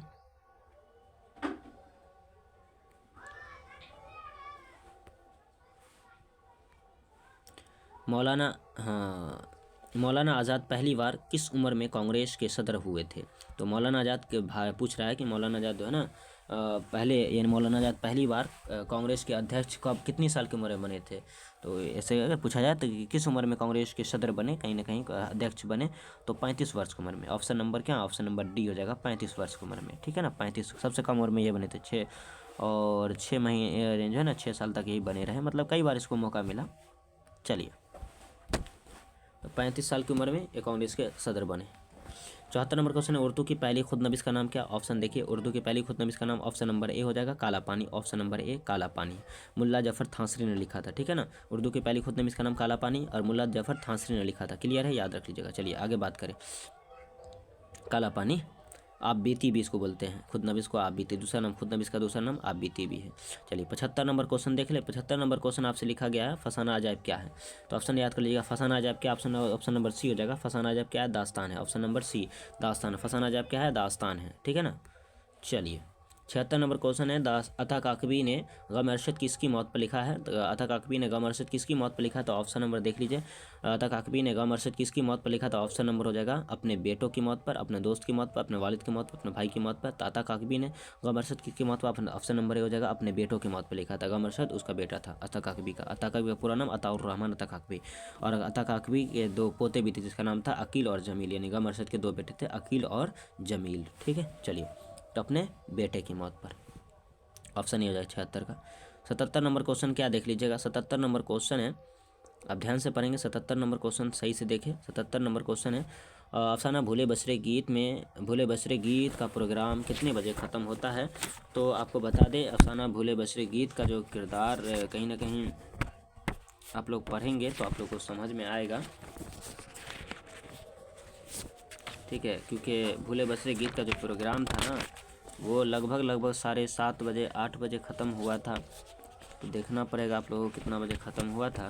तो कहीं ना कहीं भूले बसरे गीत का जो प्रोग्राम था वो याद कर लीजिएगा आप लोग। भूले बसरे गीत का जो प्रोग्राम है वो लगभग 7:30 बजे ख़त्म हुआ था। कहीं ना कहीं देखिएगा तो आपको दिखाई देगा 7:30 बजे, ठीक है ना। तो आपको बता दें सही क्या होना चाहिए, सुबह 7:30 बजे, बिल्कुल सही बताया हमने, सुबह 7:30 बजे। ऑप्शन नंबर सुबह 7:30 बजे, सुबह के 7:30 बजे भूले बसरे गीत के प्रोग्राम ख़त्म हो चुके। तो ऑप्शन नंबर ए हो जाएगा, कहीं ना कहीं ऑप्शन नंबर ए हो जाएगा। भूले बसरे गीत का प्रोग्राम सुबह 7:30 बजे ख़त्म हो गया, तो ऑप्शन नंबर ए सही हो जाएगा। कहीं कहीं कभी कभी नहीं दिखा ऑप्शन 7:30 नहीं तो और 8:30 रहेगा, देख लेना आप लोग, ठीक है ना। 7:30 बजे, सुबह के 7:30 बजे भूले बसरे गीत का प्रोग्राम ख़त्म हो गया था। 78 नंबर क्वेश्चन क्या देख लीजिए। 78 नंबर क्वेश्चन है नज़ीर अहमद की कहानी, ठीक है ना। नज़ीर अहमद की कहानी आपसे पूछ रहा है कि बताइए नज़ीर अहमद की कहानी किस तहरीक की है? तो कहीं ना कहीं मतलब किसने तहरीर किया था? नज़ीर अहमद की कहानी किसने तहरीर की? तो याद रखेंगे Mirza Farhatullah Beg, option number C हो जाएगा। Mirza Farhatullah Beg, option number C Mirza Farhatullah Beg ने किया था, ठीक है। नज़ीर अहमद की कहानी किसने लिखा था? मिर्ज़ा फ़रतुल्लाह बेग ने लिखा था, ठीक है ना। चलिए और 79 नंबर क्वेश्चन है, देख लीजिए। 79 नंबर क्वेश्चन, सैयद अजीज़ अहमद किस ओहदा से सुबकदोश हुए थे? तो याद रखेंगे सैयद अजीज़ अहमद जो थे ना, सैयद अजीज़ अहमद, आपको बता दें सैयद अजीज़ अहमद किस ओहदा से सुबकदोश हुए थे? तो आपको कहीं ना कहीं देखिएगा डॉक्टर सैयद अजीज़ अहमद जो है ना कि ओहदा से सुबकदोश हुए थे। पहले ना भूले बसरे गीत का जो है ना पहला लाइन आप पढ़िएगा ना समझ में आ जाएगा। तो कहीं ना कहीं ऑप्शन आपको बता दें सही ऑप्शन हो जाएगा डॉक्टर जजील, ऑप्शन रहेगा डॉक्टर जजील के ओहदा से सुबकदोश हुए थे, ठीक है ना, रिटायर हुए थे मतलब। तो सैयद अजीज़ देखिए डॉक्टर अजीज़ ऑप्शन नंबर बी में दिया गया है। डॉक्टर जजील है ना, डॉक्टर जजील है ना, डॉक्टर जजील के ओहदा से सुबकदोश, ऑप्शन नंबर बी सही हो जाएगा। सैयद अजीज़ अहमद डॉक्टर जजील के ओहदा से सुबकदोश हुए थे, ठीक है ना। और सुबकदोश हुए और तकरीबन 10 साल हो चुके थे, है ना। मतलब कहीं ना कहीं रिटायर हुए 10 साल हो गया होगा इसको, बहुत दिन पहले रिटायर हुए। चलिए बागो बहार किताब किस साल मुकम्मल हुआ था? ऑप्शन देख के मारेंगे बागो बहार किस साल किताब मुकम्मल हुआ। तो ऑप्शन यहाँ पे देखिए नहीं दिया गया, 4 दिया ही गया, नहीं तो ऑप्शन होगा तो ऑप्शन 3 भी नहीं होगा, 2 भी नहीं होगा, ऑप्शन तो एक ही सही होगा क्योंकि ऑप्शन 1801 सही था। क्योंकि 80 का क्या होना चाहिए था, 80 का ऑप्शन नंबर कहीं ना कहीं एक ही सही होगा। 1801 में पहली बार लिखा गया, तो मुकम्मल जो 1804 में हुआ, 1804 ऑप्शन में नहीं है, तो 1801 तो है नहीं, 1801 सही होगा। 3 मारेंगे तो गलत हो जाएगा क्योंकि 4 और 1 था, तो एक ही ना मारेंगे। बागो बहार किस साल किताब मुकम्मल हुआ था? 1801 में, ठीक है। कब, कितना हिजरी? 1217 हिजरी, 1217 हिजरी याद रखिएगा। अब आया ग्रामर का क्वेश्चन आएगा, ठीक है। चलिए देख लेते थोड़ा सा नहीं। 81 नंबर क्वेश्चन है, दर्जेल में से याद रखेंगे, दर्जेल में से इसमें मुकब्बर है। दर्जेल में से इसमें मुकब्बर कौन है आप लोग बताइए? दर्जेल में से इसमें मुकब्बर है। मुकब्बर का मतलब हमने बताया था बड़ा, जिससे आपको बात समझ में आए कि जिससे बड़ा जाहिर हो, है ना, इसे मुकब्बर बोलते हैं जिसमें बड़ा, जिससे आपको बड़ा चीज़ मालूम हो, बड़ा। मुकब्बर मतलब बड़ा। देखिए सहारा, शाहवार है ना, शाहकार, इनमें सभी हो जाएगा। ऑप्शन नंबर डी होगा, ये भी सही है और ये भी सही है और ये भी सही है, ठीक है। ऑप्शन नंबर डी हो जाएगा सभी, ऑप्शन नंबर डी सभी हो जाएगा। शाहकार, ठीक है ना, सब हो जाएगा, ऑप्शन नंबर डी हो जाएगा। शाहकार भी होगा, शाहवाज है ना, शाहसवार भी होगा और जो है ना सहारा भी होगा, ठीक है, ऑप्शन नंबर डी सभी हो जाएगा इसमें मुकब्बर। 82 नंबर क्वेश्चन क्या देखिए, 82 नंबर क्वेश्चन किया हुआ है, इसमें से जेल में से ज़मीर की मिसाल है। ज़मीर की मिसाल कौन है? ज़मीर मतलब होता है प्रोनाउन, हिंदी में बोलते हैं सर्वनाम, जो इसम के बदला आता है। तो इसम का बदला कौन आएगा? हमने बताया था वही तो मेरी जान है, तुम ही तो मेरी जान है, बहुत सारा चैप्टर ट्रिक मिला था, ठीक है, कहीं ना कहीं यह वह, ठीक है, ये सारी चीज़ कहीं ना कहीं देख लीजिएगा, यह भी होगा, वह भी होगा, उस भी हो सकता है, ठीक है, और उस हो सकता है, इस हो सकता है, तुम हो सकता है ना, तू हो सकता है, और मैं हो सकता है, ठीक है, इस तरह से बहुत सारा चीज़ यहाँ पे ज़मीर की मिसाल होगी, है ना। तो कहीं ना कहीं देखिए यहाँ पे, तो जेल में से ज़मीर की मिसाल कौन होगा? तो मैंने बताया तुम ही तो मेरी जान हो, तो ऑप्शन नंबर क्या हो जाएगा? तुम हो जाएगा, ऑप्शन नंबर ए होगा, ऑप्शन नंबर ए तुम हो जाएगा। ज़मीर की मिसाल क्या है? तुम, ठीक है, या यह रहता तो यह होता, ना तो वह रहता, एस या उस या इन या उन, ठीक है, या तू या मैं, जो भी सारा चीज़ रहता वो हो जाता है, ठीक है ना। जो नाम के बदला प्रयोग हो सकता है वही को ज़मीर बोलते हैं, इसम के बदला, यानी कि जो नाम के जगह पे आता है, जैसे कि राम कल पटना जाएगा तो वह कल पटना जाएगा, तो राम के जगह आ सकता है, तो वही मतलब जो नाम के जगह आता है उसको हम ज़मीर बोलते हैं, ठीक है। इस तरीके से आपको याद करना पड़ेगा। खैर आगे बढ़ते हैं। 83 नंबर क्वेश्चन है, देखिए 83 नंबर क्वेश्चन है, जेल में से अलिफ ममदूदा, अलिफ ममदूदा कौन है? आपको पहले बता दें अलिफ ममदूदा कौन होगा, आप याद रखेंगे अलिफ ममदूदा। ममदूदा, जब भी ममदूदा वाला शब्द सुनाई देगा ना, ममदूदा या ममदूदा, ममदूद से तो आप कहीं कहीं ना कहीं मद सुनाई देगा, जिसके ऊपर मद होगा, ममदूदा यानी जिसके ऊपर मद हो, जिसके ऊपर क्या हो? मद हो। तो मद वाला कौन इसमें सेंटेंस? ऑप्शन नंबर सी हो जाएगा। आज, आज क्या होगा? मद होगा। आम मद होगा, आम मद होगा, ठीक है, आज मद होगा, है ना। उसके बाद जो है आवाज़ मद होगा, ठीक है ना, आज कल, है ना, तो कहीं ना कहीं मद होगा। इससे बहुत सारा चीज़ हो जाएगा जो मिला, जिसके ऊपर मतलब आ का प्रयोग किया जाएगा, ठीक है ना, आग, ठीक है ना, आन, है ना, उसके बाद हो जाएगा ऑफ, है ना, ऑफ, उसके बाद ऑन, ये सब कहा जाएगा अलिफ ममदूदा हो जाएगा, ठीक है। तो इस तरह से देखिएगा, आग भी हो जाएगा, ठीक है, उसके बाद देखिए ऑन भी होगा, उसके बाद जो है ना ऑफ भी होगा, कहीं ना कहीं देख रहे सब पर मद आ रहा है, और कहीं ना कहीं देखिए आज भी होगा, उसके बाद जो है आवाज़ भी होगा, आवाज़, है ना, आवाज़। उसके बाद बहुत सारा चीज़ वाव ममदूदा का एग्जांपल और दिखा दे तो बताइए, जैसे कि और क्या हो सकता है? आम भी हो सकता है ना, आम, ठीक है। इस तरह से वाह ममदूदा हो जाएगा, सब समझ में आ गया, ऑप्शन नंबर सी हो जाएगा। 84 नंबर क्वेश्चन पूछा आपसे कि कवायद का वह हिस्सा, कवायद का वह हिस्सा जिसमें हर्फों में मतलब हर्फों के बारे में जानकारी दी जाए, जिसमें हर्फ के बारे में जानकारी दी, कवायद का वह हिस्सा जिसमें हर्फों के बारे में जानकारी दी, उसे हम क्या कहते हैं? इल्म हिज्जा कहते हैं। ऑप्शन नंबर 84 का ऑप्शन नंबर ए होना चाहिए, जिसमें इल्म हिज्जा, 84 का ऑप्शन नंबर ए होगा, इल्म हिज्जा, है ना। इल्म हिज्जा में क्या होता है? सिर्फ जो है जानकारी दी जाती है, किसकी? हर्फों की, हर्फों की जानकारी सिर्फ इल्म हिज्जा में दी जाती है, ठीक है ना। और इल्म उरूज में जो है ना वो शेर व शायरी की जानकारी दी जाती है, ठीक है। इस तरह से क्वेश्चन बहुत सारे अलग अलग रहता है, जैसा देखिएगा, कवायद का वह हिस्सा जिसमें हर्फों के बारे में जानकारी दी जाए उसे हम क्या कहते हैं? इल्म हिज्जा कहते हैं, याद रख सकते हैं आप लोग, ठीक है। सही बच्चे ध्यान देंगे। चलिए 85 नंबर क्वेश्चन है, 85 नंबर क्वेश्चन, कलम तराश, कलम तराश जेल में से क्या है? कलम तराश जेल में से क्या है? अब बता दीजिए, कलम तराश जेल में से क्या होगा? जल्दी बताएंगे आप लोग। कलम तराश, कलम तराश आपसे पूछा है, जेल में इसमें मुकब्बर, इसमें आला, इसमें मुसग्गिर, इसमें ज़र्फ, तो कहने कि इसमें आला होगा कलम तराश, है ना। तो ऑप्शन नंबर 85 का ऑप्शन नंबर क्या होना चाहिए? ऑप्शन नंबर इसमें आला, कहने का इसमें आला, जैसे कि आपको बताया थे ना, इसमें कलम तराश नहीं समझ में, छोड़ दीजिए ऐसा एग्जाम्पल, जब नहीं समझ में आया था इससे कलम तराश, मगर इसमें आला ही है, ठीक है ना। आपको बता दीजिए चूहेदानी, ये भी इसमें आला होगा, मच्छरदानी क्योंकि जो पकड़ने वाला है ना, तो कहीं ना कहीं मच्छरदानी, चूहेदानी, ये सब इसमें आला ही है, ठीक है। और यहाँ पे जैसे अगर पूछता कि मस्जिद क्या है, तो इसमें मस्जिद क्या, जो इसमें ज़र्फ हो जाता, ठीक है। और जैसे मान लीजिए कलम रखने की, कलम जगह जैसे कलम, है ना, तो ये सब हो जाएगा इसमें आला, ठीक है, कलमदान, है ना। और उसके बाद इस तरह से और कुछ हो जाएगा, चाकू, जिसमें औजार का नाम आ जाए उसमें इसमें आला बोलते हैं, ठीक है। चाकू हो जाएगा, कलम हो जाएगा, ठीक है। मोबाइल भी इसमें आला हो जाएगा, मोबाइल इसमें आला नहीं मान सकते, थोड़ा तक अगर नहीं रहेगा तो मार सकते हैं, ऑप्शन में जब कोई ऑप्शन नहीं रहेगा तो मोबाइल मार सकते हैं, ठीक है, मगर मोबाइल उतना इसमें आला नहीं होना चाहिए, ठीक है। तो इस तरह से देख लीजिए, जो हाथ से औजार में काम आ जाए, बहुत सारी चीज़ काम हो जाएगा, चाकू, खुरपी, है ना, हथौड़ी, आरी, है ना, इस तरह से आप देख सकते हैं बहुत सारा चीज़ एग्जाम्पल रहेगा। ऑप्शन नंबर यहाँ पे क्या हो जाएगा? कलम तराश पूछा तो कलम कहीं ना कहीं कलम तराश, तो ऑप्शन नंबर हो जाएगा 85, ऑप्शन नंबर इसमें आला हो जाएगा, ठीक है। चलिए चाकू भी इसमें आला हो जाएगा, कुल्हाड़ी, है ना, कोदारी, आरी, बुसला, छेनी, हथौड़ी, ये सब हो जाएगा, ठीक है। ये सब इसमें आला, चम्मच, करछुल, है ना, बेलना, ठीक है, छाता, उस तरह से बहुत सारे एग्जाम्पल देख लीजिए, जैसा एग्जाम्पल रहेगा वैसा मारिएगा। कफगीर, दास्ताना, मोजा, है ना ये। उसके बाद और बहुत कुछ हो जाएगा, देख लीजिएगा, ठीक है। चलिए, गली का मुतरादिफ क्या? ऑप्शन नंबर 86 नंबर क्वेश्चन पूछा है, गली का मुतरादिफ क्या होगा?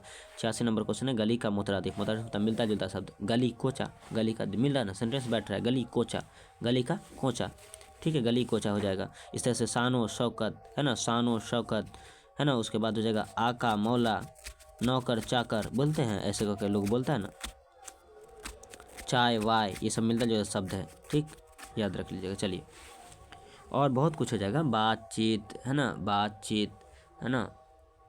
और आबो यानी जो है आबो हवा, है ना, आबो हवा याद रख सकते हैं, ठीक है। ये सब क्वेश्चन याद रख सकते हैं आप लोग।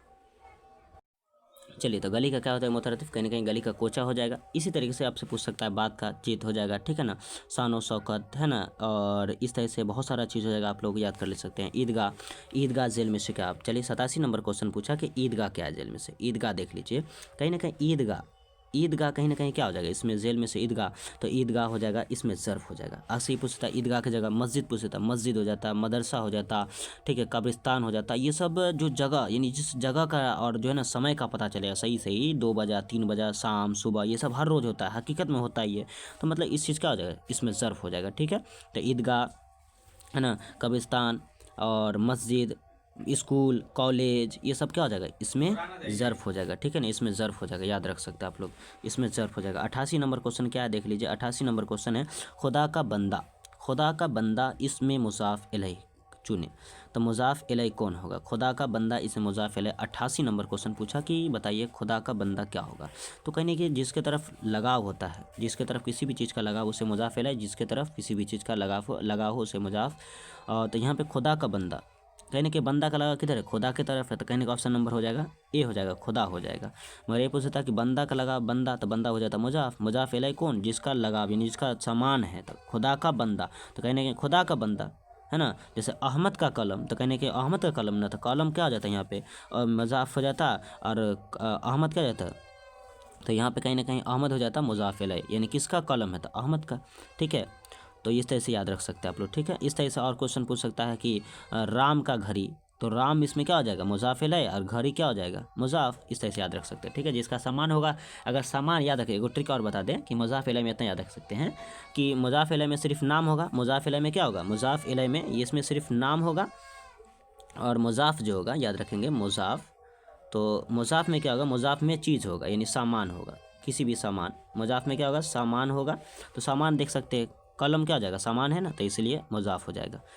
और अहमद का सामान है, अहमद क्या हो जाएगा, मुज़ाफ इलैह हो जाएगा, क्लियर है। चलिए, तो 88 का ऑप्शन नंबर ए हो जाएगा, ठीक है ना, 88 का ऑप्शन नंबर ए हो जाएगा, याद रख सकते हैं।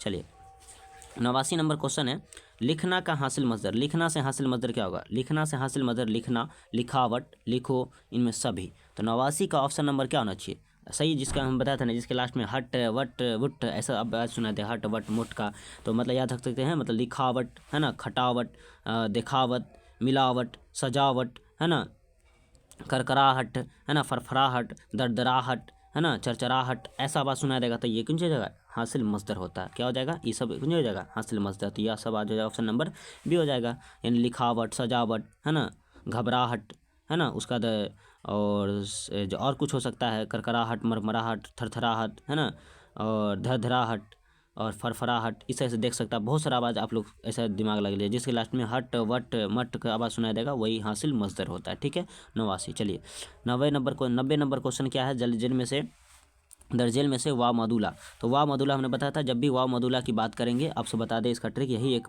पकड़ लीजिएगा। 90 नंबर क्वेश्चन पूछा वाव मदुला, ठीक है ना। वाव मदुला आपसे जब भी पूछेगा तो इसमें याद रखेंगे, वाव तो लिखा जाए पर वाव पढ़ा ना जाए, है ना, जिसमें वाव लिखा जाए और वाव पढ़ा नहीं जाए, ठीक है, यानी कुछ ऐसा ही वर्ड होगा जिसमें वाव लिखा जाए पर पढ़ा नहीं जाए, आप देख सकते हैं। दर्जेल में से वाव मदुला बता दें, जिसमें वाव लिखा जाए पर पढ़ा नहीं जाए, वाव लिखा जाएगा पर पढ़ा नहीं जाएगा। तो सिंपल से होता है खाहिस, खाइस को हम लिखते हैं खवाहिस, खवाहिस पढ़ेंगे नहीं खाइस, तो वाव लिखते हैं पर इसमें पढ़ते हैं। ऑप्शन नंबर ए हो जाएगा, खाइस हो जाएगा, क्या हो जाएगा, खाइस, ऑप्शन नंबर ए सही हो जाएगा, खाइस। इस तरह से खाब बोलेगा, ख्वाब लिखाएगा, खाब पढ़ेंगे, है ना, इस तरह से आप देख सकते हैं एग्जाम्पल में, ठीक है। दस्तरख्वान, दस्तरख्वान लिखा था पर दस्तरखान पढ़ेंगे, ठीक है ना, इस तरह से आप लोग देख सकते हैं। चलिए, वाव मदुला जिसमें वाव लिखा जाए पर वाव पढ़ा नहीं, ऐसा एग्जाम्पल आएगा, देख लेना आप, ठीक है। चलिए, 91 नंबर क्वेश्चन है, मुहावरा पूछ रहा है, आग का मोल होना मुहावरे का मानी क्या है? आग का मोल होना इसका मतलब क्या है? आग की कीमत होना नहीं, आग बिकना नहीं, मुफ्त में मिलना नहीं। तो ऑप्शन नंबर क्या होना चाहिए? ऑप्शन नंबर सी हो जाएगा, महंगा, यानी जो है ना महंगा होना, कहीं ना कहीं महंगाई होना। ऑप्शन नंबर सी हो जाएगा, महंगाई बढ़ना। आग का मोल होना मतलब कहीं ना कहीं महंगाई बढ़ना। 92 नंबर, चलिए 92 नंबर क्वेश्चन है, दरजेल में से ज़मीर तनकीरी, दरजेल में से ज़मीर तनकीरी की मिसाल कौन है? ज़मीर तनकीरी, ये इतना हार्ड क्वेश्चन नहीं देगा, ये अलग सा क्वेश्चन दे दिया है, ठीक है ना, ये क्वेश्चन नहीं पूछने वाला है। अगर पूछे तो बता दीजिए। तनकीरी में जब भी बात करें तो तनकीरी, दरजेल में से तनकीरी हो जाएगा जिसमें कि अगर ऐसा बात पूछा जाए यानी कोई एग्जाम्पल नहीं रहेगा, कोई है ना, थोड़ी, इतनी, उतना वाला जब भी बात होगा ना तो ये तनकीरी हो जाएगा। ऑप्शन नंबर ए हो जाएगा, तनकीरी में जिसमें थोड़ी, है ना, कोई, कैसा, ऐसा वैसा बात पूछा जाए ना तो वो हो जाएगा तनकीरी हो जाएगा। ऑप्शन नंबर ए हो जाएगा, कोई हो जाएगा एग्जाम्पल, ठीक है। तुम कौन, ये हम लोग नहीं होगा यहाँ पे। कोई, थोड़ी सी चावल दे दो मतलब इतनी चावल दे दो, कोई है क्या, ऐसा बात होगा तो तनकीरी एग्जाम्पल हो जाएगा। 92 का ऑप्शन नंबर ए हो जाएगा। चलिए 93 नंबर, खुश साबका से लफ्ज बनाइए। था खुश से खुशबू भी हो जाएगा, खुश से खुश दिल भी हो जाएगा, खुश से खुशहाल भी हो जाएगा, इनमें सभी। ऑप्शन नंबर डी, यानी खुशबू से साबका जो बनेगा इनमें सब बन जाएगा, ये खुशहाल भी होगा, खुश दिल भी होगा, खुशबू भी हो जाएगा। 93 का ऑप्शन नंबर डी होना चाहिए, ऑप्शन नंबर सही हो जाएगा डी, ठीक है। चलिए 94 नंबर क्वेश्चन है, सैलाब किन दो लफ्जों से मिलकर बना है? तो याद रखेंगे सैलाब जो है सेल प्लस आप से मिलकर बना है ना। सैलाब कहीं ना कहीं सेल प्लस आप से मिलकर बना। ऑप्शन नंबर ए होगा, सेल प्लस आप, यानी से अल्लाह में ला, है ना, अलिफ इसमें से उसमें जाएगा तो सेल मतलब सिन, सेल प्लस लाभ, है ना, आब, सेल प्लस आप का मतलब हो जाएगा सैलाब, है ना, सैलाब, ठीक है। चलिए ठीक है, लाम के बाद अलिफ आएगा, फिर अलिफ वहाँ पे लिखाएगा तो अलिफ अच्छी बात नहीं, इसलिए अलिफ मजबर आ का प्रयोग कर देंगे और बा लिख दिए तो आब हो गया, और सेल लिख दिए शुरू में तो सेल प्लस आब, यानी से अलाम अलिफ मजबर से आएगा, अलिफ ले लीजिएगा तो कौन होगा से लाभ, तो लाम ला अबा हो जाएगा सैलाब, ठीक है, तो याद रख सकते हैं ऐसा। चलिए 95 नंबर क्वेश्चन है कि वह इनाम, यानी वह नाम जो हुकूमत या अंजुमन, या वह नाम जो हुकूमत या अंजुमन की जानिब से दिया जाए उसे क्या कहते हैं? तो बताइए, वह नाम जो हुकूमत या अंजुमन की जानिब से, अंजुमन यानी सरकार की तरफ से जो दिया जाए उसे क्या कहते हैं? तो उसे हम क्या कहते हैं बताए थे ना, ऑप्शन नंबर लक़ब, उर्फ, खिताब, तखल्लुस, क्या कहते हैं? तो सरकार के खा के बचेगा तभी ना हमको मिलेगा, तो खा के, सरकार के खा के, तो खा से कौन सी खिताब, ऑप्शन नंबर कहीं ना कहीं सी हो जाएगा, ऑप्शन नंबर सी हो जाएगा, खिताब हो जाएगा। सरकार के खा के बचेगा तब हमको मिलेगा कहीं ना कहीं खिताब। चलिए वह इनाम जो अवाम की तरफ से उसे हम लक़ब कहते हैं। एन से अवाम जब भी लिखा रहेगा, अवाम बोलेगा, वह इनाम जो अवाम की तरफ से दिया जाए तो उसका मतलब क्या होता है? बादशाह या अवाम की तरफ से दिया जाए उसको हम बोलते हैं जो है ना, उसको क्या बोलते हैं? लक़ब बोलते हैं, ठीक है। चलिए 96 नंबर क्वेश्चन था, जे में से साबका वाला लफ्ज़ कौन है? साबका बताना है, साबका वाला लफ्ज़ बताना है। साबका, साबका मतलब जो लास्ट में, साबका मतलब शुरू में, है ना, साबका शुरू में, अल्लाह का बोलता था लास्ट में, साबका मतलब शुरू में। तो सबसे देखिए ला जवाब लिखा हुआ है, लास्ट लिखा, लाना लिखा है, लाइक लिखा हुआ, कौन है शुरू में, कौन चीज़ लग गया? ला लग गया, तो इसका ऑप्शन ए हो जाएगा, ऑप्शन नंबर ए, क्योंकि जवाब के पहले लग गया ला, तो ला जवाब हो गया, है ना, कहीं ना कहीं। तो ऑप्शन नंबर ए हो जाएगा साबका, ऑप्शन नंबर ए, जो सबसे पहले लगे शुरू में कोई बात के। चलिए 97 नंबर क्वेश्चन आ गया कि छन छन, है ना, छन छन जेल में से किसकी मिसाल है? छन छन हमें बताया था इसमें सूत हो जाएगा, क्या हो जाएगा? इसमें सूत हो जाएगा। क्यों? क्योंकि इसमें सूत हमने बताया था आवाज़ होता है, मिलता जुलता आवाज़ होना चाहिए। छन छन, फन फन, खर खर, मर मर, है ना, काँव काँव, पाँव पाँव, चाँव चाँव, ऐसा आवाज़ सुनाई देगा, ठीक है। फर फर, ऐसा आवाज़ सुनाई देगा। काँव काँव, पाँव पाँव, चाँव चाँव, है ना, और उससे से, और मैं, है ना, और इस तरह से, यानी एक जैसा आवाज़ जब भी सुनाई देगा ना, इसका आंसर एग्जाम्पल क्या हो जाएगा? इसमें सूत हो जाएगा, क्या हो जाएगा? इसमें सूत, ठीक है ना। तो एक जैसा आवाज़ छन छन, जैसा एक जैसा आवाज़, है ना, खन खन खन खन, मन मन मन मन, है ना, तन तन तन, ऐसा आवाज़ सुनाई देगा, इसको इसमें सूत हो जाएगा। ऑप्शन नंबर सी हो जाएगा 97 का, ऑप्शन नंबर सी। चलिए 98 नंबर क्वेश्चन है, दर्जले में से इसमें सिफत चुनिए। इसमें सिफत कौन हो जाएगा? इसमें सिफत जिसमें किसी की खूबी, अच्छाई बयान की जाए, वही सिफत होता है। हर इंसान जो मुँह से कुछ ही बोल देगा ना किसी को, वही सिफतें हो जाता है, चाहे अच्छा बोले चाहे खराब बोले। दुई बात हो सकता है, अच्छा बोलेगा ना तो खराब बोलेगा, खराब बोलेगा तो भी सिफत, अच्छा बोले तो भी क्या होगा? सिफतें होगा, किसी के गुण बताना। चलिए सिफत, तो सिफत हो जाएगा रंगीला, सुनहरा, जहरीला, इनमें सभी। ऑप्शन नंबर डी हो जाएगा, क्योंकि देखिए जहरीला, सुनहरा, रंगीला, कहीं ना कहीं रंगीला भी हो सकता है, सुनहरा भी हो सकता है, जहरीला सब हो जाएगा, अच्छा बुरा सब इसमें सभी हो जाएगा। 98 का सभी।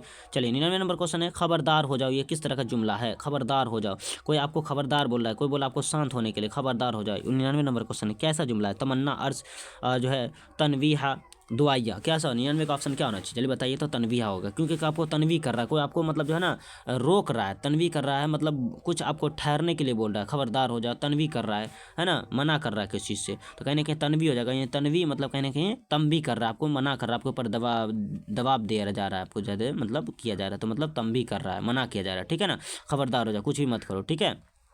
100 नंबर क्वेश्चन आपसे, लास्ट क्वेश्चन 100 नंबर क्वेश्चन देख लीजिए। खलीलुल्लाह जेल में से किसकी मिसाल होगी? खलीलुल्लाह जेल में से किसकी मिसाल होगी, आप लोग बताएंगे। खलीलुल्लाह जेल में से किसकी मिसाल होगी, जल्दी बताएंगे आप लोग। खलीलुल्लाह जेल में से किसकी मिसाल होगी? आप इसका आंसर क्या होना चाहिए? देखिए, खलीलुल्लाह जेल में से किसकी, मुजाफ, माहूद, मुनादिया, इसमें नखरा।